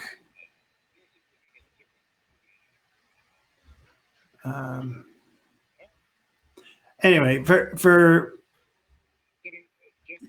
it is one of the most computationally demanding parts of an EEG or an ERP pipeline, which kind of again speaks to typically how crude ERP processing is.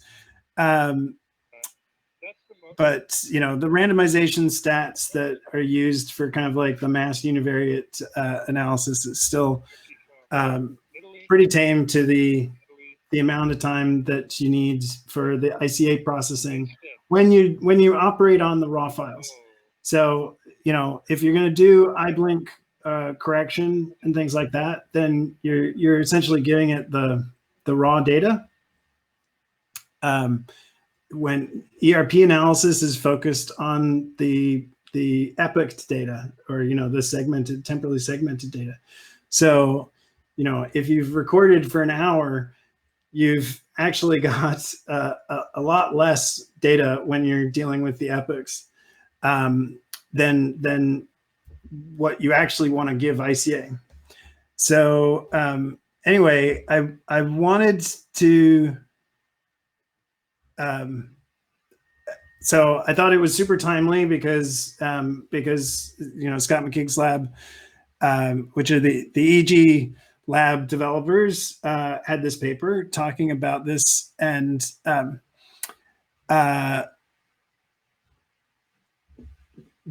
this is also somewhat related to what will be our next topic this evening, which is the adding data sets. But so the San Diego's Supercomputing Center is a resource for all the UC schools. Okay.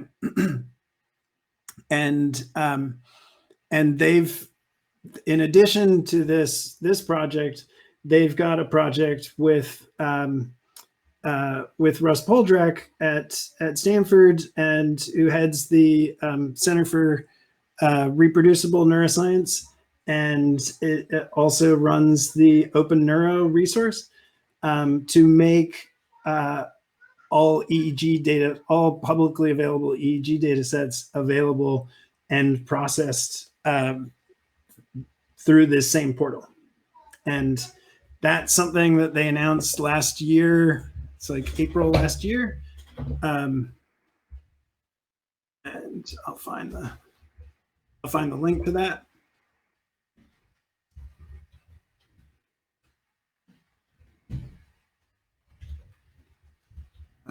Sorry, I don't have it.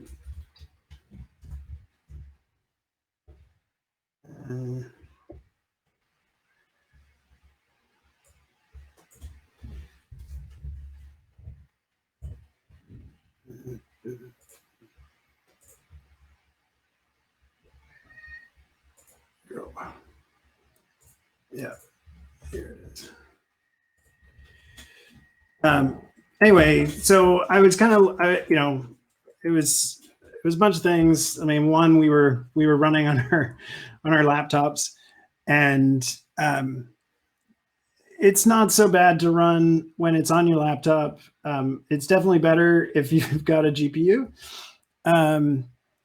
But I don't like carrying a laptop that has a GPU that it has a real GPU.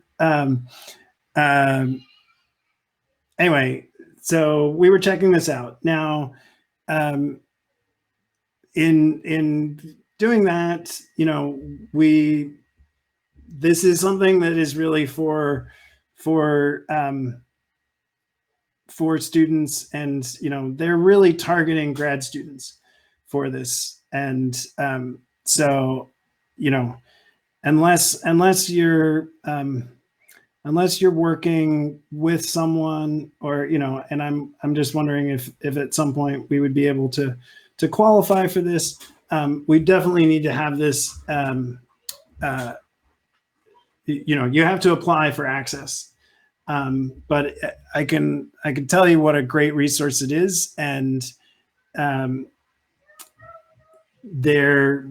you can add your own data too, in addition to the fact that it's super easy in terms of open neuro to just use command line tools like AWS CLI to download and install data. And I checked, and there is a BIDS version of ERP Core. So we can't, and that somewhat relates to, more relates to operating on,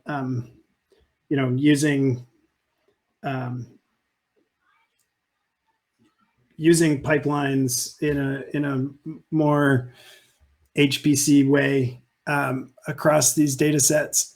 But this is exactly the kind of work that Open Neuro is doing with the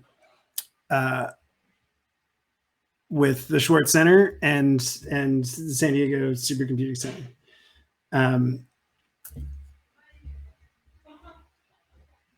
So it is, I mean, I'm going to definitely make all the intermediary files available for, for now.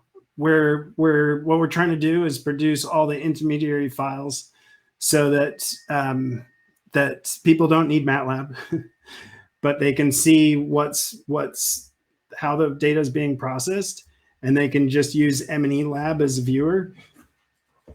And and what we want to get across to people is how to process with M&E. Right. So M&E Lab is this awesome tool that, allows you to use a GUI and allows you to do a lot of the EEG lab operations. And it also produces a history script that you can then use to put together your own, your own scripts. Yeah.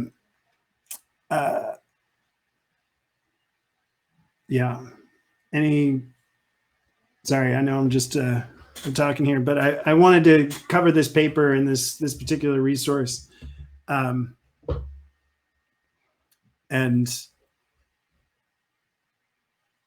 at least for those that that have the that are grad students, that they can be using this. They don't have to be using their laptop to do processing.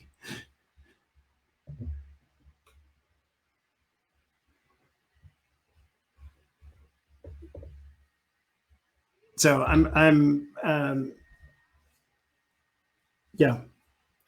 can report back. That's really cool. So you're using the EEG Lab ICA stuff for the analysis of the core, right? Yeah. Is there an M&E version, like equivalent? There has some ICA stuff in M&E, right? They do, and M&E Lab, which I've included in the meetup references. M&E Lab has the kind of like the different optimizations that optimization objective functions that people use, right? So there's like the Infomax, and there's Fast ICA. And in this, and a kind of like an M&E specific one, although maybe there's an EEG lab version, but which is Picard. And so off of M&E tools, the link that I have for M&E tools, what else to install, Picard is mentioned there. And again, like M&E Lab is this awesome project from Graz that's just trying to package up M&E plus, plus plugins, if you will, to use EEG Lab lingo, to make an EEG Lab, feature comparable tool. And one where it's just like, at any stage you can open up a data viewer, and you can use you can select bad channels by just clicking on a channel. You can select bad components by selecting by opening up the ICA results and selecting quote bad components, right? And for a lot of people, and as you see in the ERP core analysis PDF, this is pretty standard in ERP literature for, is to get your grad students to go through and do the, component identification by hand, right? Or by eye. And, there's some other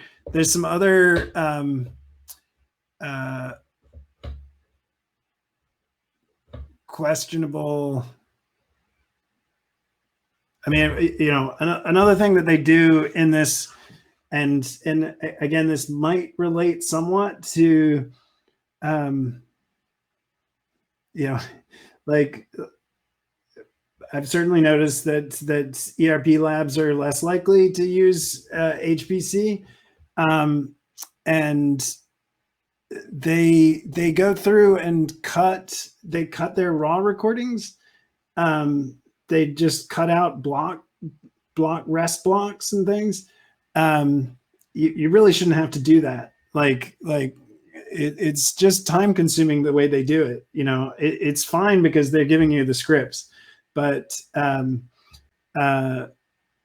it's exactly the kind of thing that ICA, that's exactly the kind of thing that should totally load on a bad component, an easily identifiable bad component in the ICA processing. They also do, they do subject specific thresholding, like max voltage thresholding, and this is the, I wonder about when they re-reference to the average reference. So they say of all 33 EEG sites, and I still don't understand, because this is another reason why I think that they're actually using 64 channels and downsampling, is that in the recordings they've only got 33 channels, and 4 of them are I channels, and I don't think they're re-referencing including the I channels.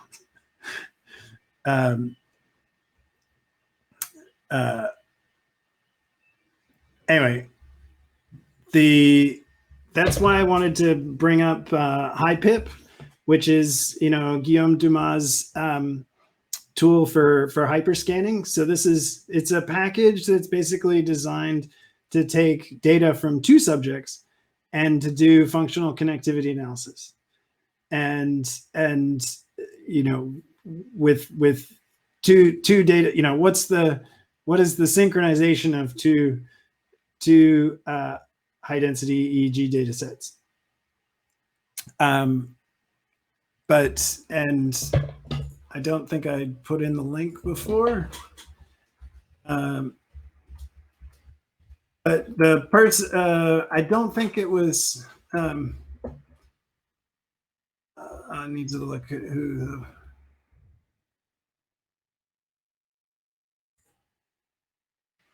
I forget if it was Amelie who posted this in. Anyway, I just dropped a link.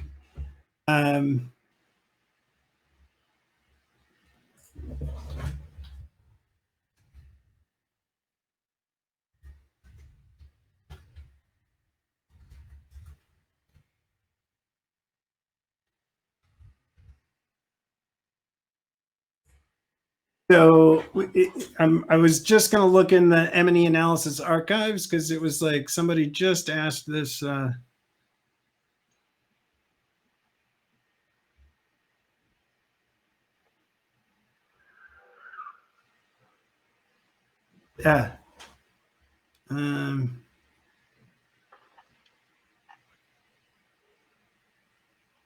I have a question when Yeah, we have please. time to get to another subject, which Please. is that I'm trying to get back to doing the LSL Unity stuff. Yeah. And I remember I got stuck because the version of LSL for Unity that I was using appears to be a few years old on GitHub. And when I try to load it in the version of Unity I'm using, I get a cannot undefine preprocessor symbols after first token and file error. So there must be a certain combination of Unity or a different software than LSL for Unity that works better. But I need help. Maybe Alex, who's done some more Unity stuff here, or somebody else could help me afterward. Yeah, Alex, we don't have to do it right now. Yes, Alex. I'm the other Alex. I'd be happy to look into it. I haven't done too much troubleshooting of Unity errors, but potentially we could find like how they handle outdated scripts.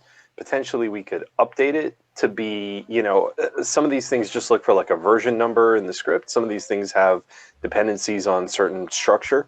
So I think we can take a look at it. I do know that like 2 years ago, people were using it successfully, but yeah, that's probably related to an old version. So we can look into it, either on the call or afterwards. Both works for me. Cool. Yeah, if you want to do it separately, because I don't want to waste the whole group with troubleshooting. Alex, what version of Unity are you trying to work with? The one that I was trying to work with it on is 2018.4.20, but I can install any version of Unity.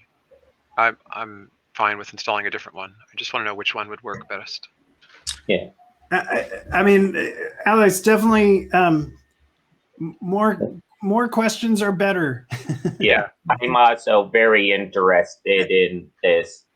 We could, if we don't have time during the meeting, we could probably meet in the Neurotech Discord in the voice channel. Yeah. Are you trying to talk directly to a Muse from Unity? That's right. And someone said Do you think that would work on mobile? I mean, it should work on web? Or are you just targeting desktop?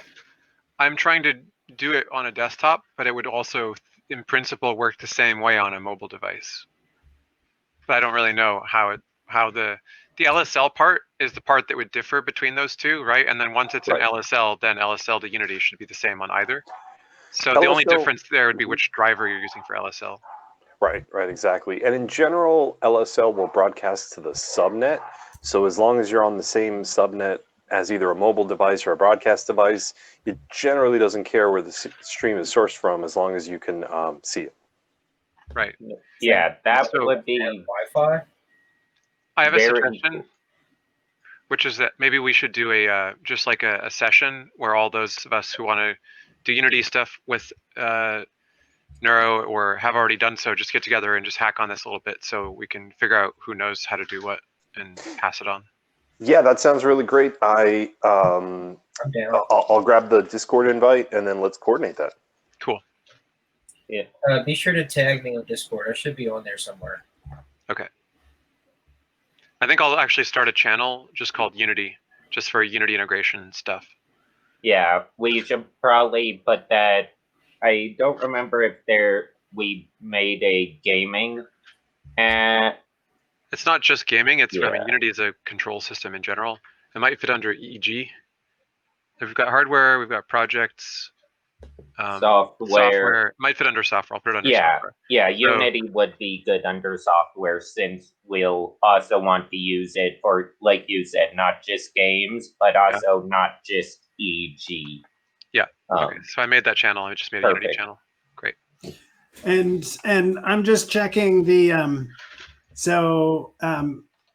Lab Streaming Layer has its own Slack. Cool. And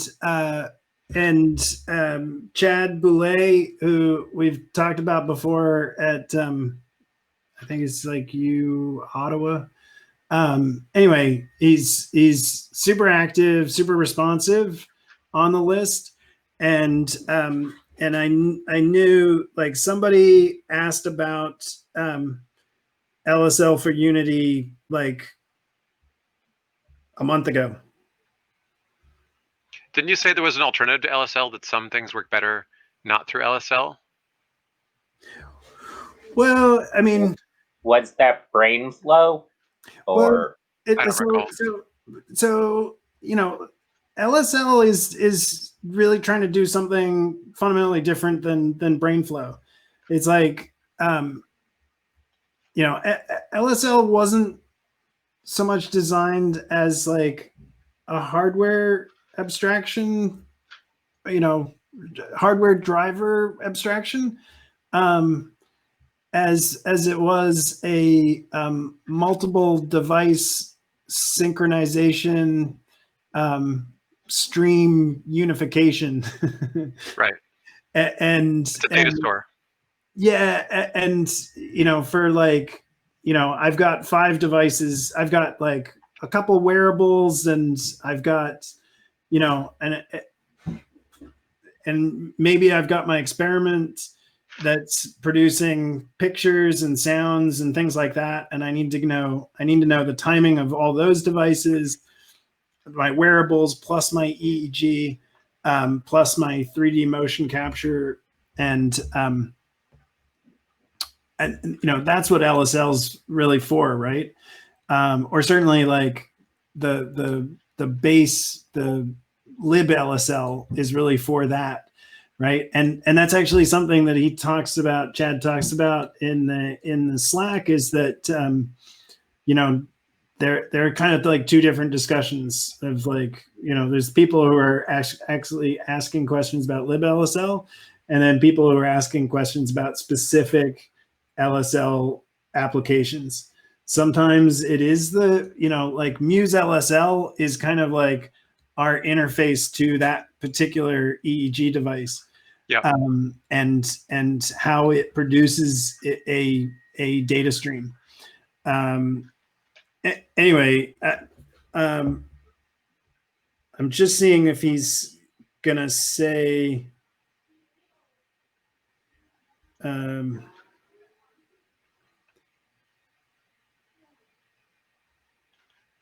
he is saying that there is a separate LSL. So there's the LSL for Unity. He says LSL. There's an LSL.cs that's in the GitHub repo. It's actually called LSL-C#.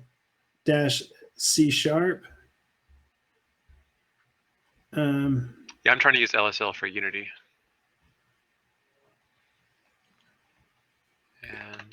And can you say anything more about the particular problem? I mean, is it just? Yeah, I'll post the error that I'm getting in the chat. So, like I said, sorry. I'm on 2018. Where's my Jitsi?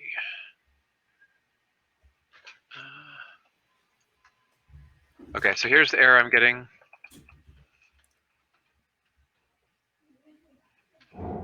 And that's Unity 2018.4. Cannot define preprocessor symbol as their first token in file. So it has a preprocessor symbol define. Does that mean that it needs to go above the usings? I can try that. It might be a more strict pragma thing that was introduced in a later version of Unity. Yeah, I'm just seeing if you know, without necessarily having to join another Slack. Wow. See if there's something that they're The thing that I just did might have actually worked. I actually just took the define and put it at the top of the file because it's saying after first token in file. And it seems okay with the define if it's at the top. Maybe I just fixed it. I don't know. If so, then they could just do I think solutions are always better. Yeah. I just changed lsl.cs to put define at the top and it compiled now. Oh, wow. I'll try Cool. running a demo. Maybe it's fixed. Yeah. Alex, are you using 2018.4F20 because that's what like VR chat is currently using? Yeah, it's become Yeah. like the version I commonly use instead of like a what do you call it? A long-term LTS Yeah. version, just because I'm in the habit of Yeah. using it because a lot of my projects involve VR chat. But I can, if there's a problem with this version, I'll use a different version. I don't really care. But Yeah. you know what I just did got the cube rotating demo to run. So I think I literally just fixed it. They just need to change this one file and I can submit. Yeah, you just need to change it from like having it midway through the file to being like this, and then it compiles. Yeah, that would be really cool in things like VR chat if it can be integrated. Yeah, it's not going to work with VR chat because VR chat doesn't run C#. It runs U#, which is its own Oh, weird yeah. thing, and it's its own thing. But you could always do like IP, weird bridging to make stuff go into Yeah. it. But it would be a lot of work. If you had an experiment where you wanted data like behavior of people in sync with that, like how they act in VR in combination with what their brain is doing, that might be interesting. But it's a lot of work. I wouldn't Yeah. bother. I just want to get Unity to work. Okay. Yeah. So, cool. Well, at least I got through that, but I still have a lot of work to do to learn how to use this. So we should still do a session, I think. Anyway, just to work on. Yeah, I mean, I think that would be awesome. And if we announce it in advance, I think it could really get some attendance. Yeah. Especially if we put like a GitHub or GitLab repo somewhere so people can get involved quickly. Yeah. Yeah, the traditional use of the Unity functionality through LSL has been generally through EEG, but there's other types of LSL streams, including like in our case for the eye tracker. So I'd be super interested to put together that call. I'll join the Discord, and I would love to kind of play with it, get a better feel for it. So I'm very interested in that. Yeah, I know I'd love to get heart rate working. If I can somehow fix the Bluetooth module in my heart rate tracker, I think it's able to be connected to it, like converted to an LSL stream. I haven't checked, but yeah. Hey, Abik, do you have any do you have like an emoji bit, or do you have any heart rate device wearables? Oh, I got. What are you looking for? Well, I was just wondering if somebody, and sorry to pick on you, but you've got more hardware in your room than a lot of us have. If you've got, does anybody have a Bluetooth heart rate device that already has LSL support? Let's see. I don't know about LSL support, but I do have a bunch of Fitbit data, and I also got an extra blood oxygen sensor. And I actually kind of wanted to know because the this Muse headset has that heart rate optical sensor in it as well, and I don't know if that's being collected. Yeah. Or if so I know there's some issues of getting it with Pi LSL. I think with BlueMuse, I think you're going to be able to get more simultaneous. And again, I'm partly relying on recent Slack and other comments, or maybe GitHub issues. If anybody if anybody wants to correct me, please. Yeah. Well, I can only agree with you, which is to say, Jason updated BlueMuse to include the readings from that sensor, and I believe the structure that he's using is each data type is kind of like a channel in LSL. So there's sort of a stream that you can connect to that's going to be labeled EEG, and that's going to contain like 4 channels of electrode data. And then there should be like a different channel, called PPG. Yep. And that would contain the PPG data. I don't know off the top of my head whether he has the accelerometer and the gyroscope in that, but I believe he does, which is, on 64 hertz. I think I was, yeah. I mean, it's like, it's only because I was testing on Windows. Yeah. Like, I have my pulse oximeter on my finger right now. I have the Massimo Mighty Sat, which is out of it's a like LA based company, if I remember correctly. And I have the one that's supposed to have Bluetooth, but I can never connect it to my phone correctly, even with the app. But I definitely think it could be interesting to get some of this data into Unity or into some form of recording that I have control over instead of having to use their app. If you're interested, I got one of these rings, like pulse ox rings that are supposed to last through the night. And so it lets you download the raw data through Windows, but it looks like it's just a USB to serial converter, so you might be able to pull that off raw.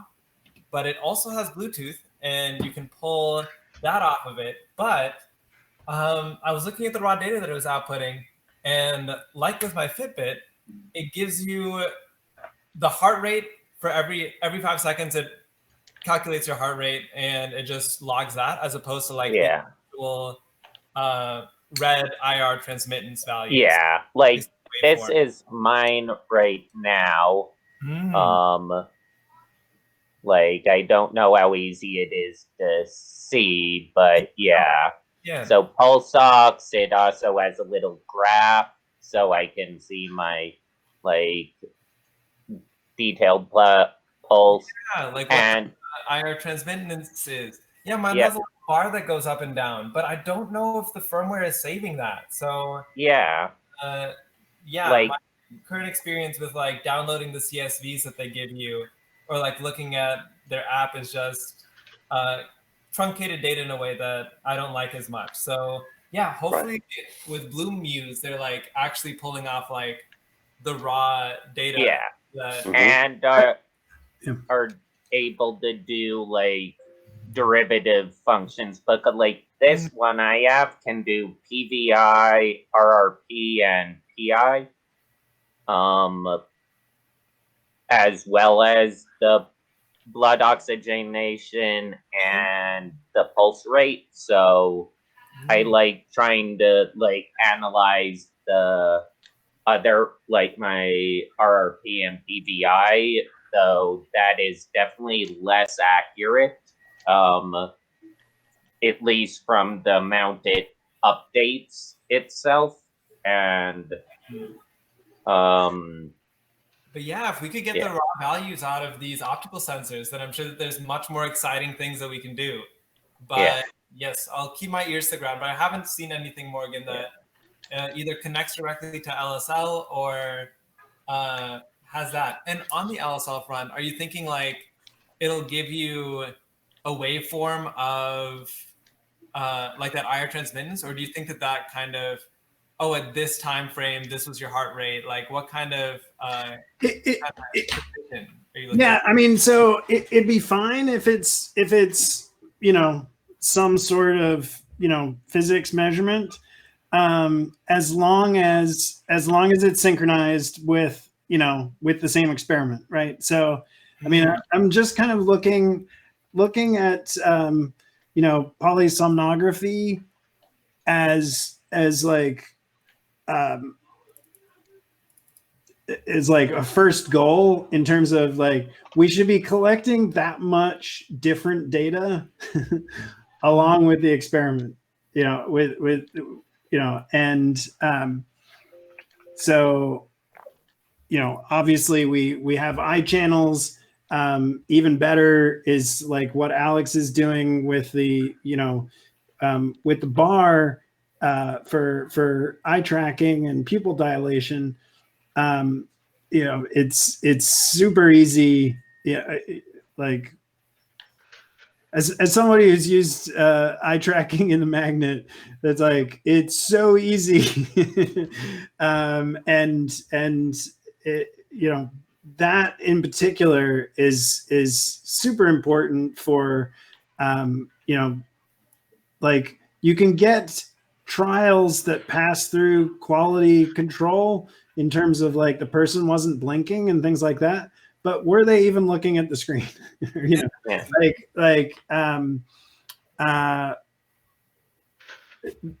And so super, like Alex is saying, like it's super easy to add.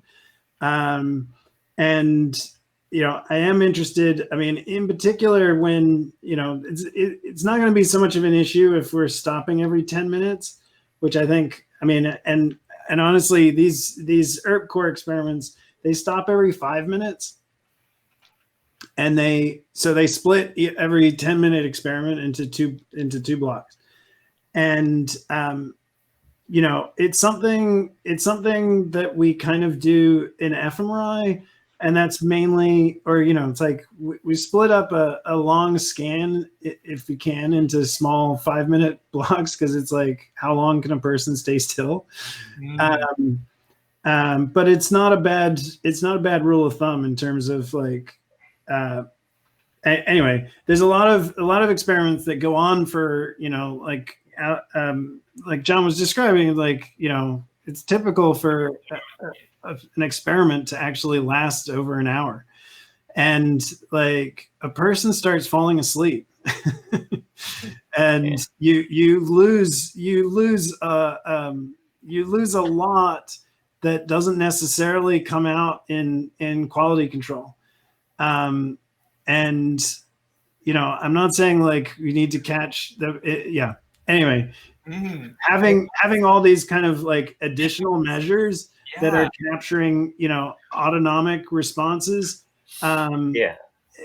would be another, again, like if it's as simple as like, I just need to stick this thing on you and I just need to put a bar in front of the screen.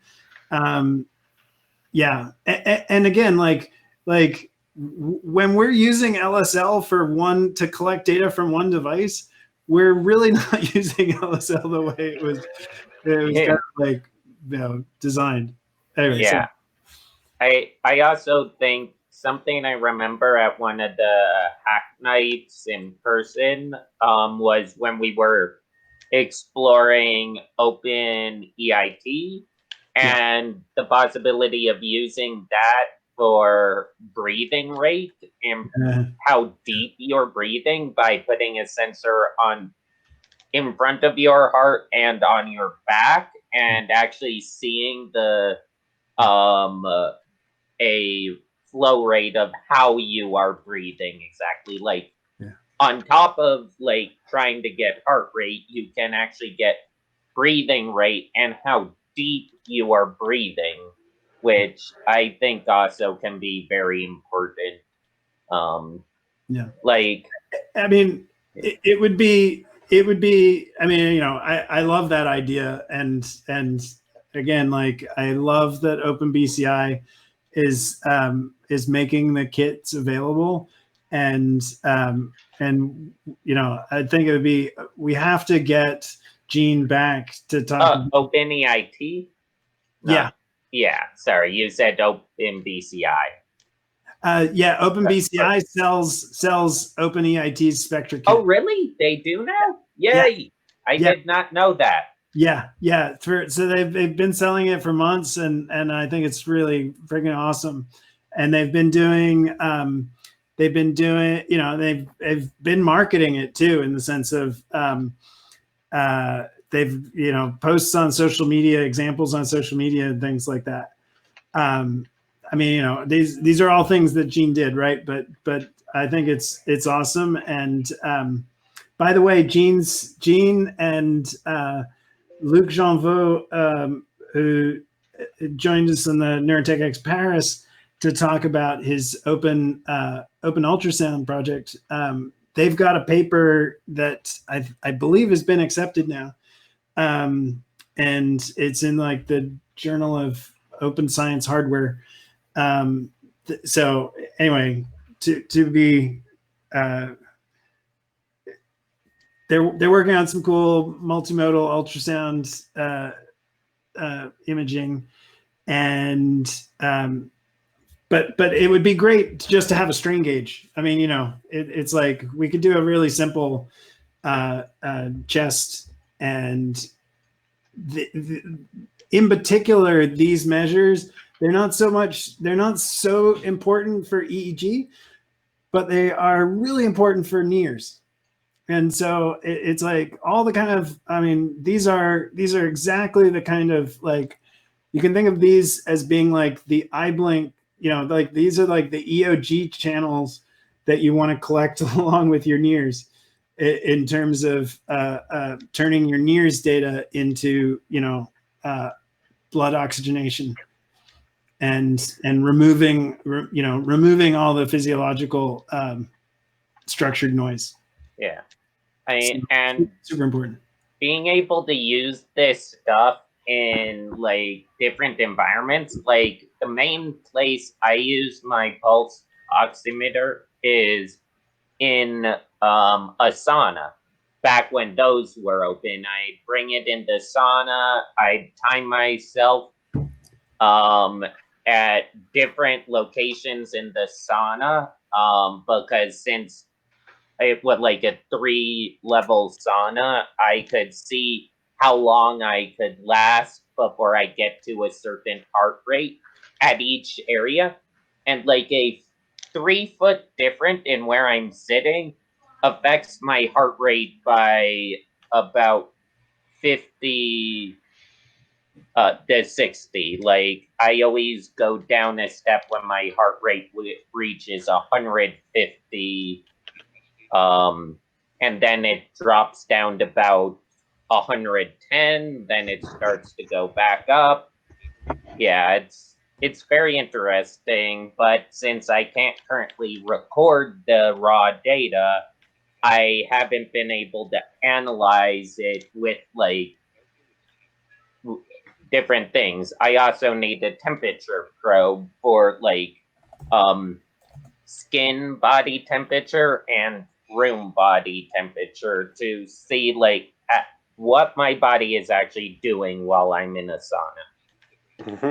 And by the way, just to sort of talk about devices for a moment, it's hard to know ahead of time whether a device is sort of going to be easy to implement with LSL or not. But I would say the general characteristics is that it has a continuous stream somehow to a, let's say, computer. So if we're just talking like, you know, offline transfer of data that's been collected, that might not be ideal. But as long as one hardware manufacturer has like a data stream that is being sent to the machine and that you can access through memory, pretty much I would say most devices that work that way can be made to work on LSL. We've written several custom LSL broadcasters as needed. And as long as the way that the device gets the data to the PC kind of like it is in a stream type format, it's really not difficult to rebroadcast on LSL. So I would say when we're, you know, experimenting with these pulse ox or other devices that we want to talk about, it really wouldn't be that difficult if we find a device that has the right characteristics but maybe doesn't have an existing LSL broadcaster. That's something that I could probably offer help with in other words, just getting one written for NeurotechX. And then we found that to be a really straightforward process. So as long as the data is on the machine in the right way, writing a custom broadcaster is really not too tough. Cool. Yes. Sounds great. Yeah. So anyway, just wanted to say, like, there's a whole list of device wrappers in the LSL repo, in the main LSL repo, and again, you don't have to join their Slack, but there's a very good discussion in their Slack, or it's very on point discussion, and the developers, so former SCCN research programmers ended up working for companies like Brain Products, and which is one of the reasons why Brain Products has like a very LSL friendly acquisition software package. Yeah, and they were just talking about heart devices in their Slack too. So I highly recommend that thread. We're getting into the last quarter, or last sixth of the evening. And so I had put in the agenda to just talk about more data sets. So basically, like, more and better lists of publicly available data sets. So I pointed last week at Mohit Agarwal's EEG datasets repo. So he's a PhD student at Georgia Tech. Tom Donahue, I see like a very recent discussion on Twitter about public EEG datasets, and it was actually in reference to the ERP core. So it was people thanking Steve Luck for ERP core, and someone asking about basically a different paradigm, and if they knew of publicly available data sets, and so it ended up being a very good Twitter thread.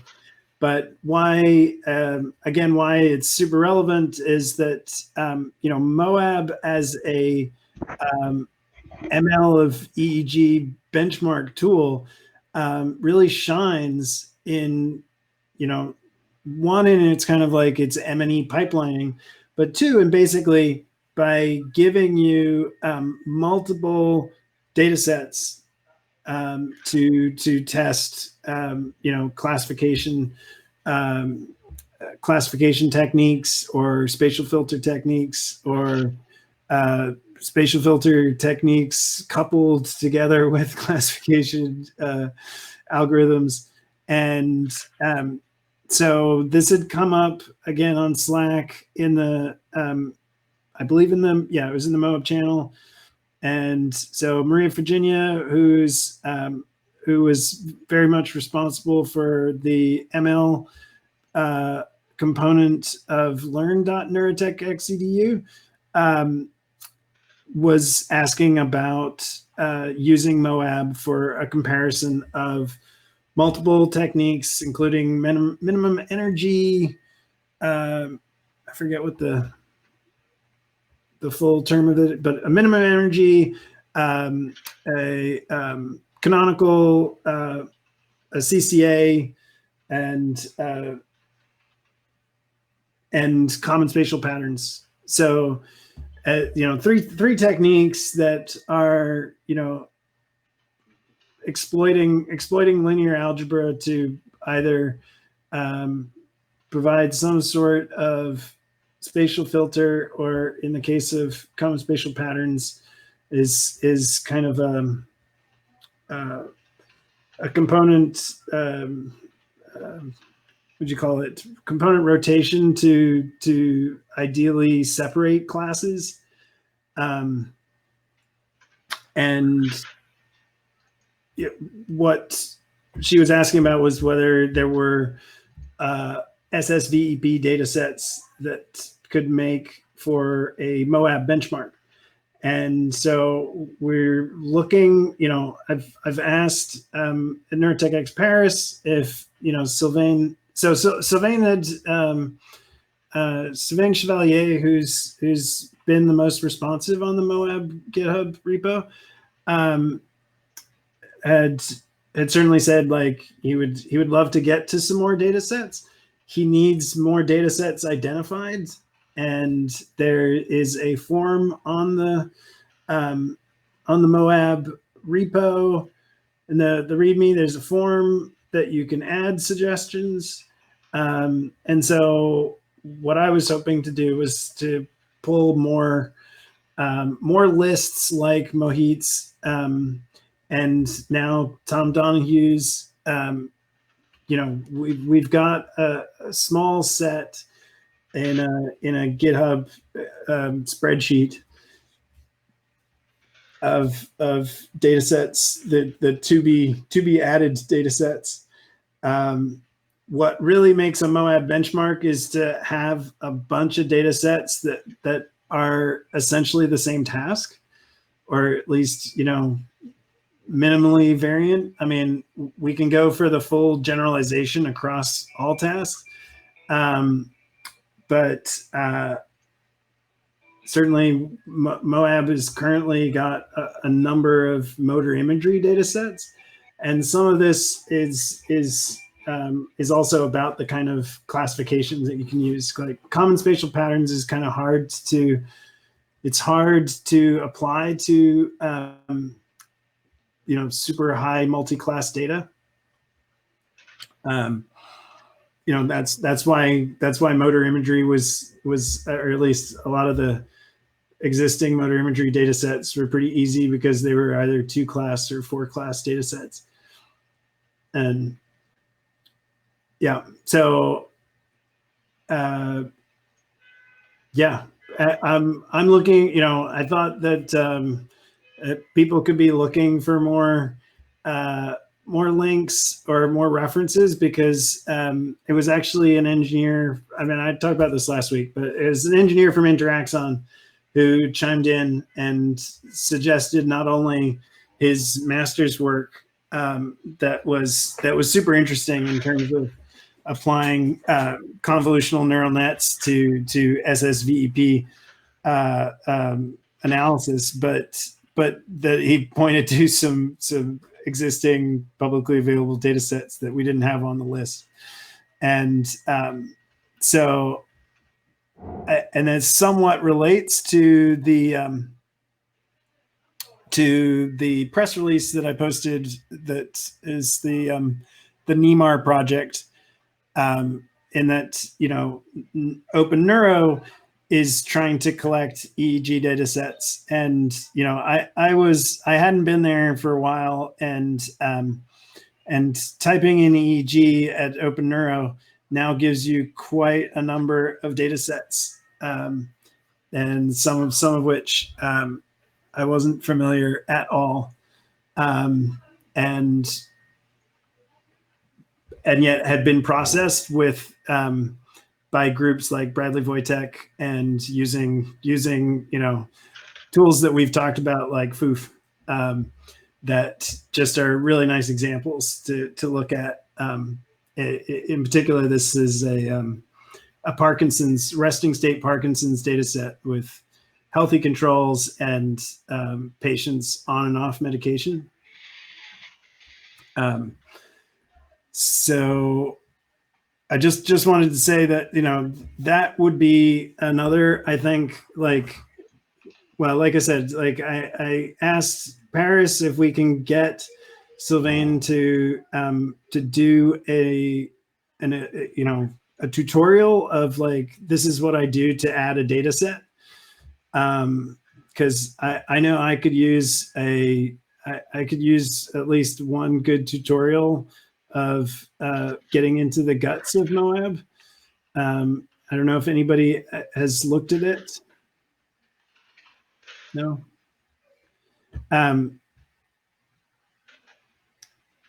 Yeah. So getting, and honestly, you could add. So there's 3 classes of data sets that are currently in Moab. Motor imagery, or MI, is the biggest. There's one steady state Veep data set, but some in the to be added list, and then actually a couple of P300 experiments. And this herb core is already one that could be added. And like I mentioned before, that we've got this herb core data set, and having their pre-processed results is really interesting.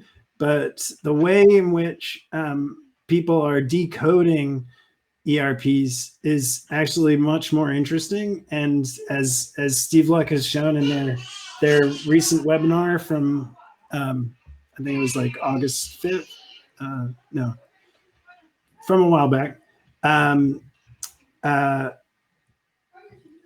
you actually, it's a lot more interesting, and there are things that you can decode that aren't nearly as clear in grand average ERPs. And a lot of this involves the same kind of infrastructure that Moab has, in terms of treating a stack of epochs as a classification, training and test set.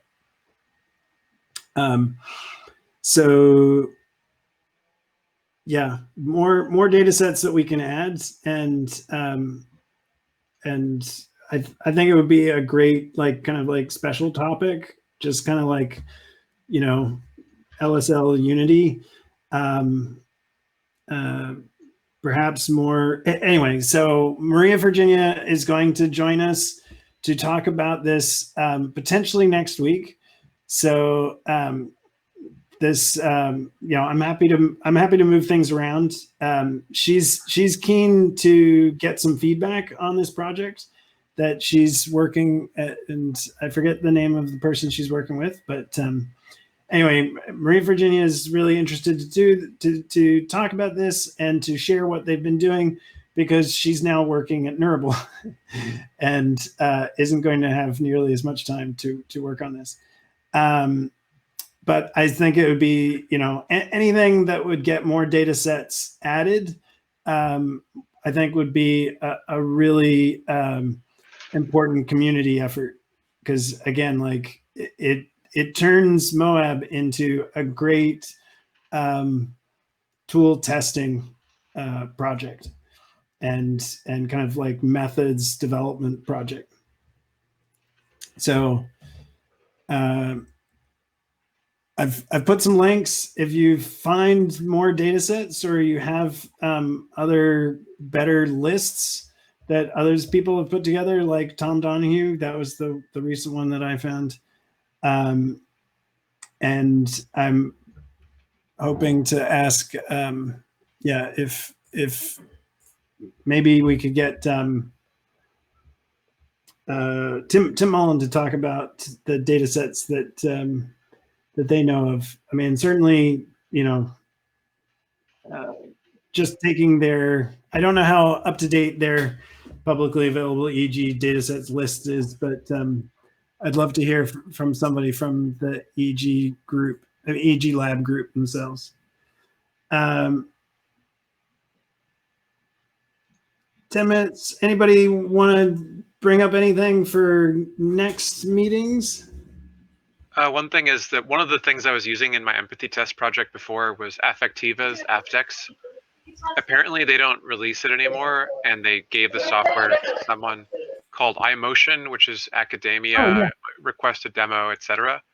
So basically, they effectively killed this wonderful free Unity plugin that I was using, and now there's nothing I can find that quite takes its place that's free and available.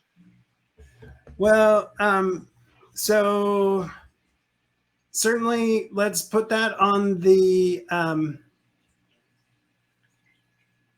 Sorry, I'm just reading this ResearchGate.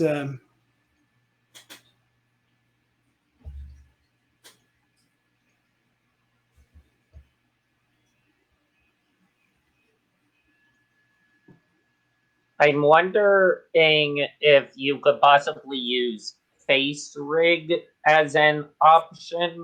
No, Like, it has I to know. be built in. I can't use third-party software. I need something that's built in. So I've looked at a bunch of stuff. I've been looking at alternatives. Can you guys see my screen? Yeah. This is the closest thing I've found to a working alternative, but it's not free. Yeah. And I don't even know how you download it. You pretty much looks like you have to contact them, right?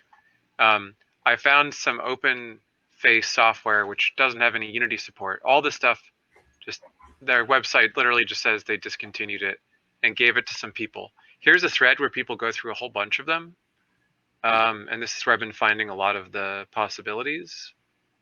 What I really want is just a copy of the software I had before. I don't know what happened to my files from my old version of my project because it was quite a while ago. But there was this thing called CLM framework, which got turned into this thing called OpenFace, which really sounds like a sandwich. It's great. OpenFace, however, had nothing like a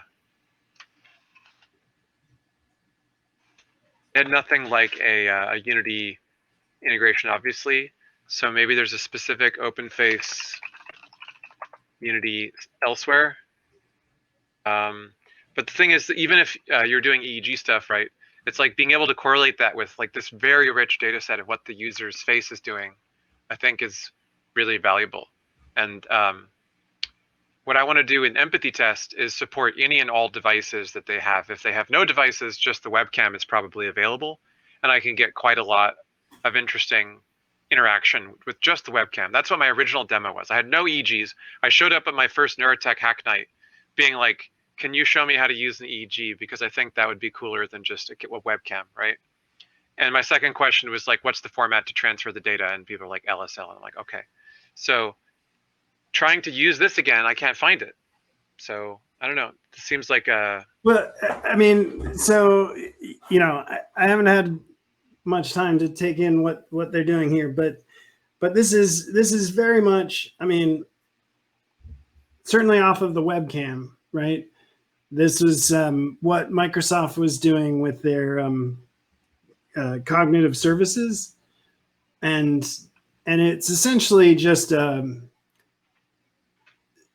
you know, I think Microsoft was doing like a 7-class, you know, classification. Like there was 7 possible emotions. Yeah, the affectiva stuff was much better. There's a bunch of research papers saying that it correlated extremely closely to like EMG detection. So like people that were doing electromagnetic stuff were getting about the same level of results as their software. And that's pretty cool. So, but now when you say that, I mean, electrical from what? I mean, from like... They didn't specify, but there were research papers claiming that it was called AFTEX. That was like the most refined version that they produced. And AFTEX had these really high fidelities to what the EMG data said. Anyway, I'll do more research on this. I just wanted to say, like, I'm searching for this component as well.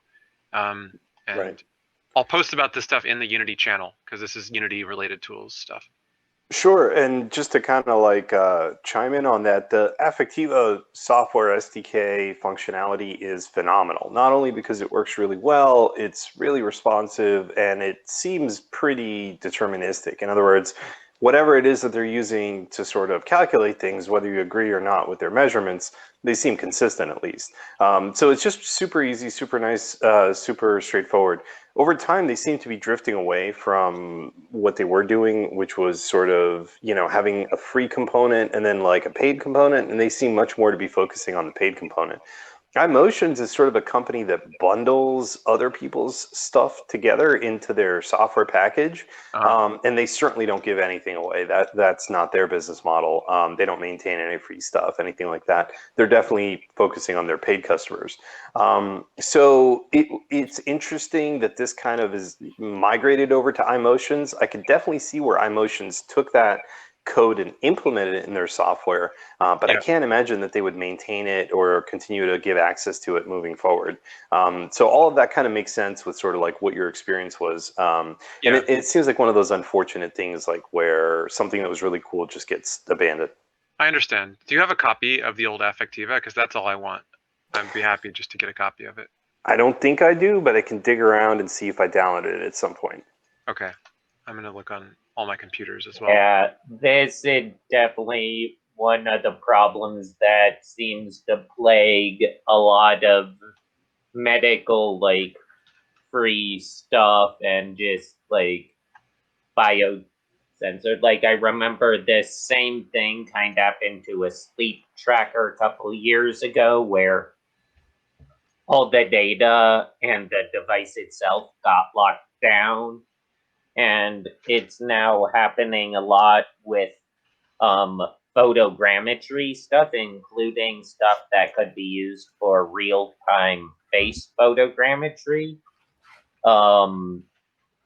is being either bought up or locked down by companies like Google, Apple, and others. So I'm really hopeful that another option other than Affectiva comes along quickly, or that some of the old devs release a version for people to actually use.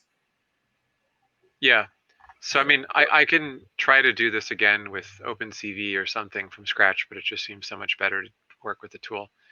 Yeah. Well, I'd be, I think it would be really interesting to cover a couple representative papers on this, because honestly, it's really just it's not so much the software as the data that it's trained on. Yeah, it's the algorithm.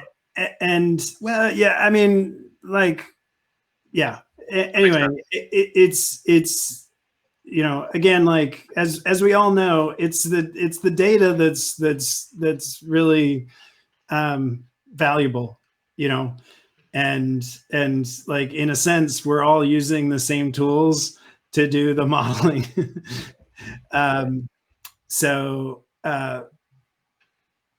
Okay, yeah. So you're asking on Discord. Yeah, Cool. so I'll continue this thread of research on Discord, both to get Unity LSL stuff working in a demo and to get the Affectiva or a replacement for it. And the project I'm working on is the empathy test project. I can make available once I have it. I already have a Git repo for it, and basically it'll just be like kind of an embodiment project to show all these things working together and to hopefully get other people to hack on the empathy test idea. Because my goal for it is for it to be a baseline for doing a facilitated human-human interaction where you have like an interviewer-interviewee, or a facilitated human chatbot interaction where you have a totally AI chatbot interaction, but the chatbot is paying attention to your facial expressions, EEG data, and any other kind of bio data that we could get. Yeah. So that it's attentive to how you feel, not just what you say. Yeah. Yeah. I mean, it's super interesting. I don't know if anybody, there's no reason to follow this, but the FBI just recently charged a guy who was actually, I think, he was in the FBI like in the 80s. Anyway, he was just recently charged with espionage. Oh. And they were pointing out that he, quote, beat a lie detection test, or, a lie detector exam. And, but those of us who are familiar with the science, it's like, this is not, you can't beat something that doesn't work. Right? And so it actually came out as a part of the, the like what went wrong in terms of, how did this person fly under the radar for so long? Yeah. Is that they at the time that he passed, 50% of people were failing the lie detector test.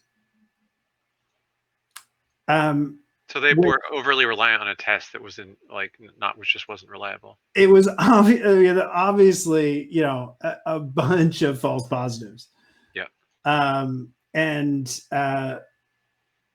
Anyway, but like false positive with no kind of reliability, and so, you know, but here they're capturing all these measures that would be really easy for us to add, and, you know, honestly do add something beyond just a facial expression.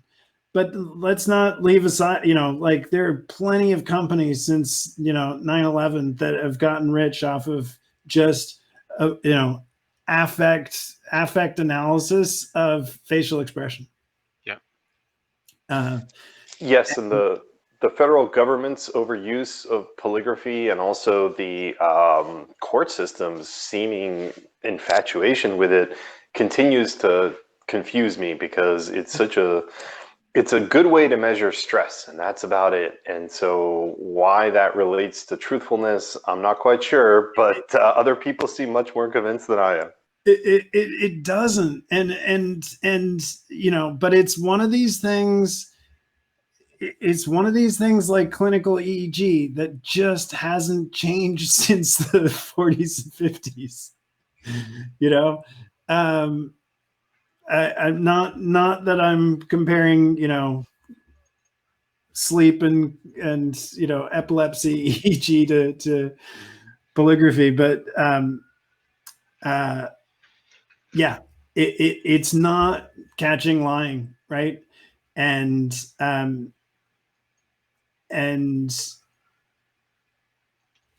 yeah, anyway, I think these data sets are what we really need to have, you know. So like capturing, I mean, I just wanted one point is like capturing the person's face as well as the eye tracking is also a good data stream. Yeah.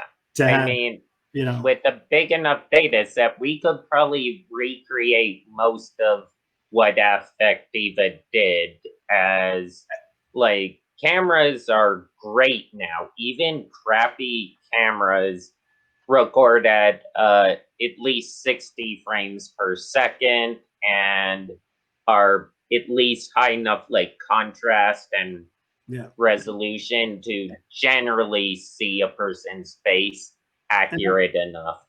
And I don't know if Richard's still on, but you know, this affective image data set, this Oasis data set, you know, you can get a lot. I mean, people will sometimes match what they're seeing, and it would be, you know, even if you're not necessarily interested in the classification, because like it's not that people are always moving their faces, that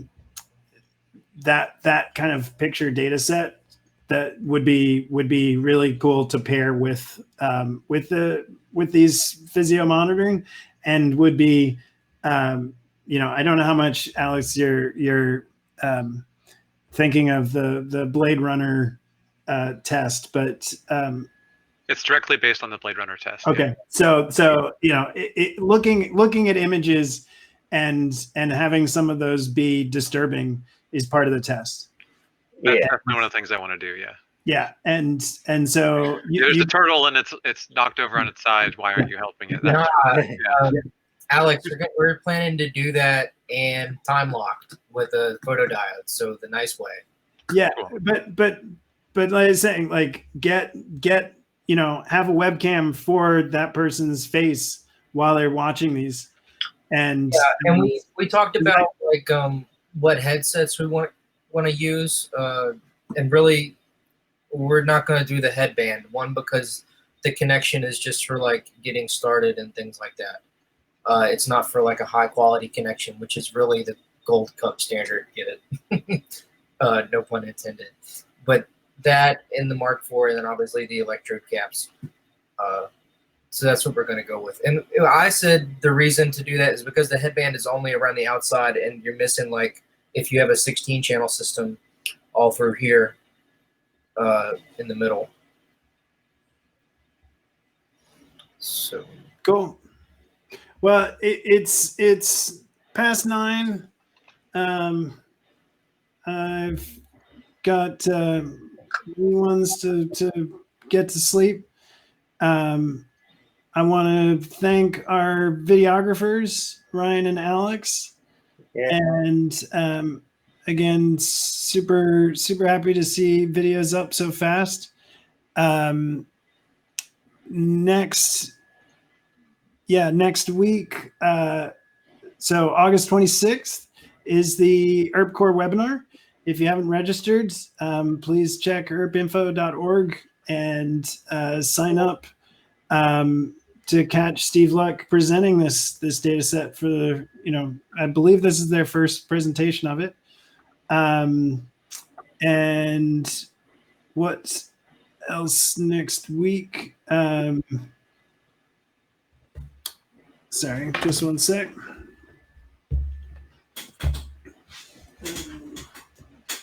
Let me just see what else is in the calendar.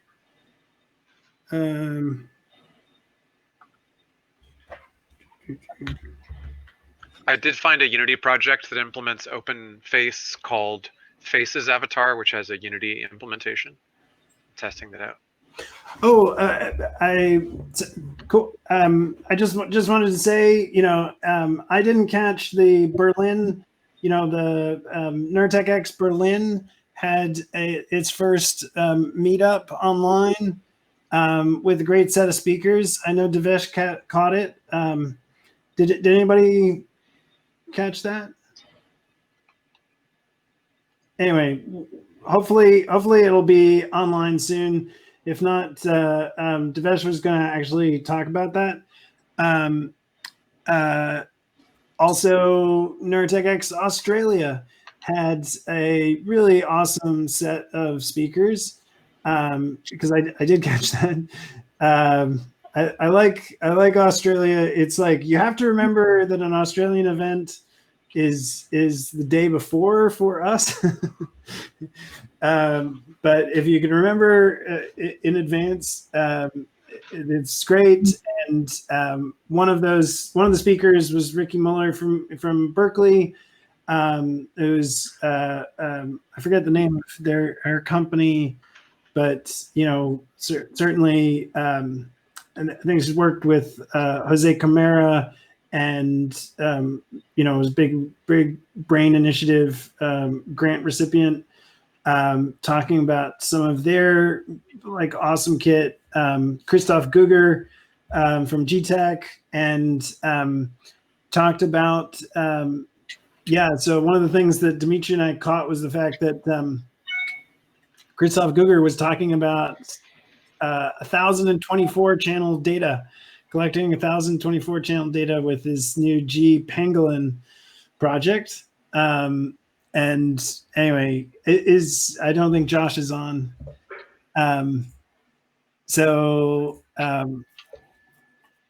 Yeah, I mean, this was always our big dream with Free G32 was just to stack so many of them that we could get 1,024 channels. But I wonder what kind of sampling rate he's gonna actually be able to achieve with that.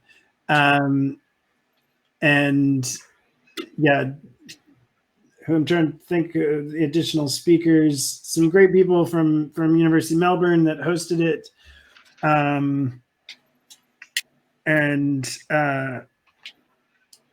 Anyway, also look for that once it's online. Hopefully these will both be available on NeurotechX's YouTube channel.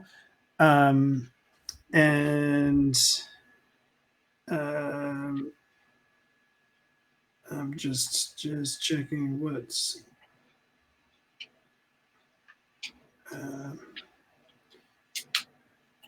I think that's the only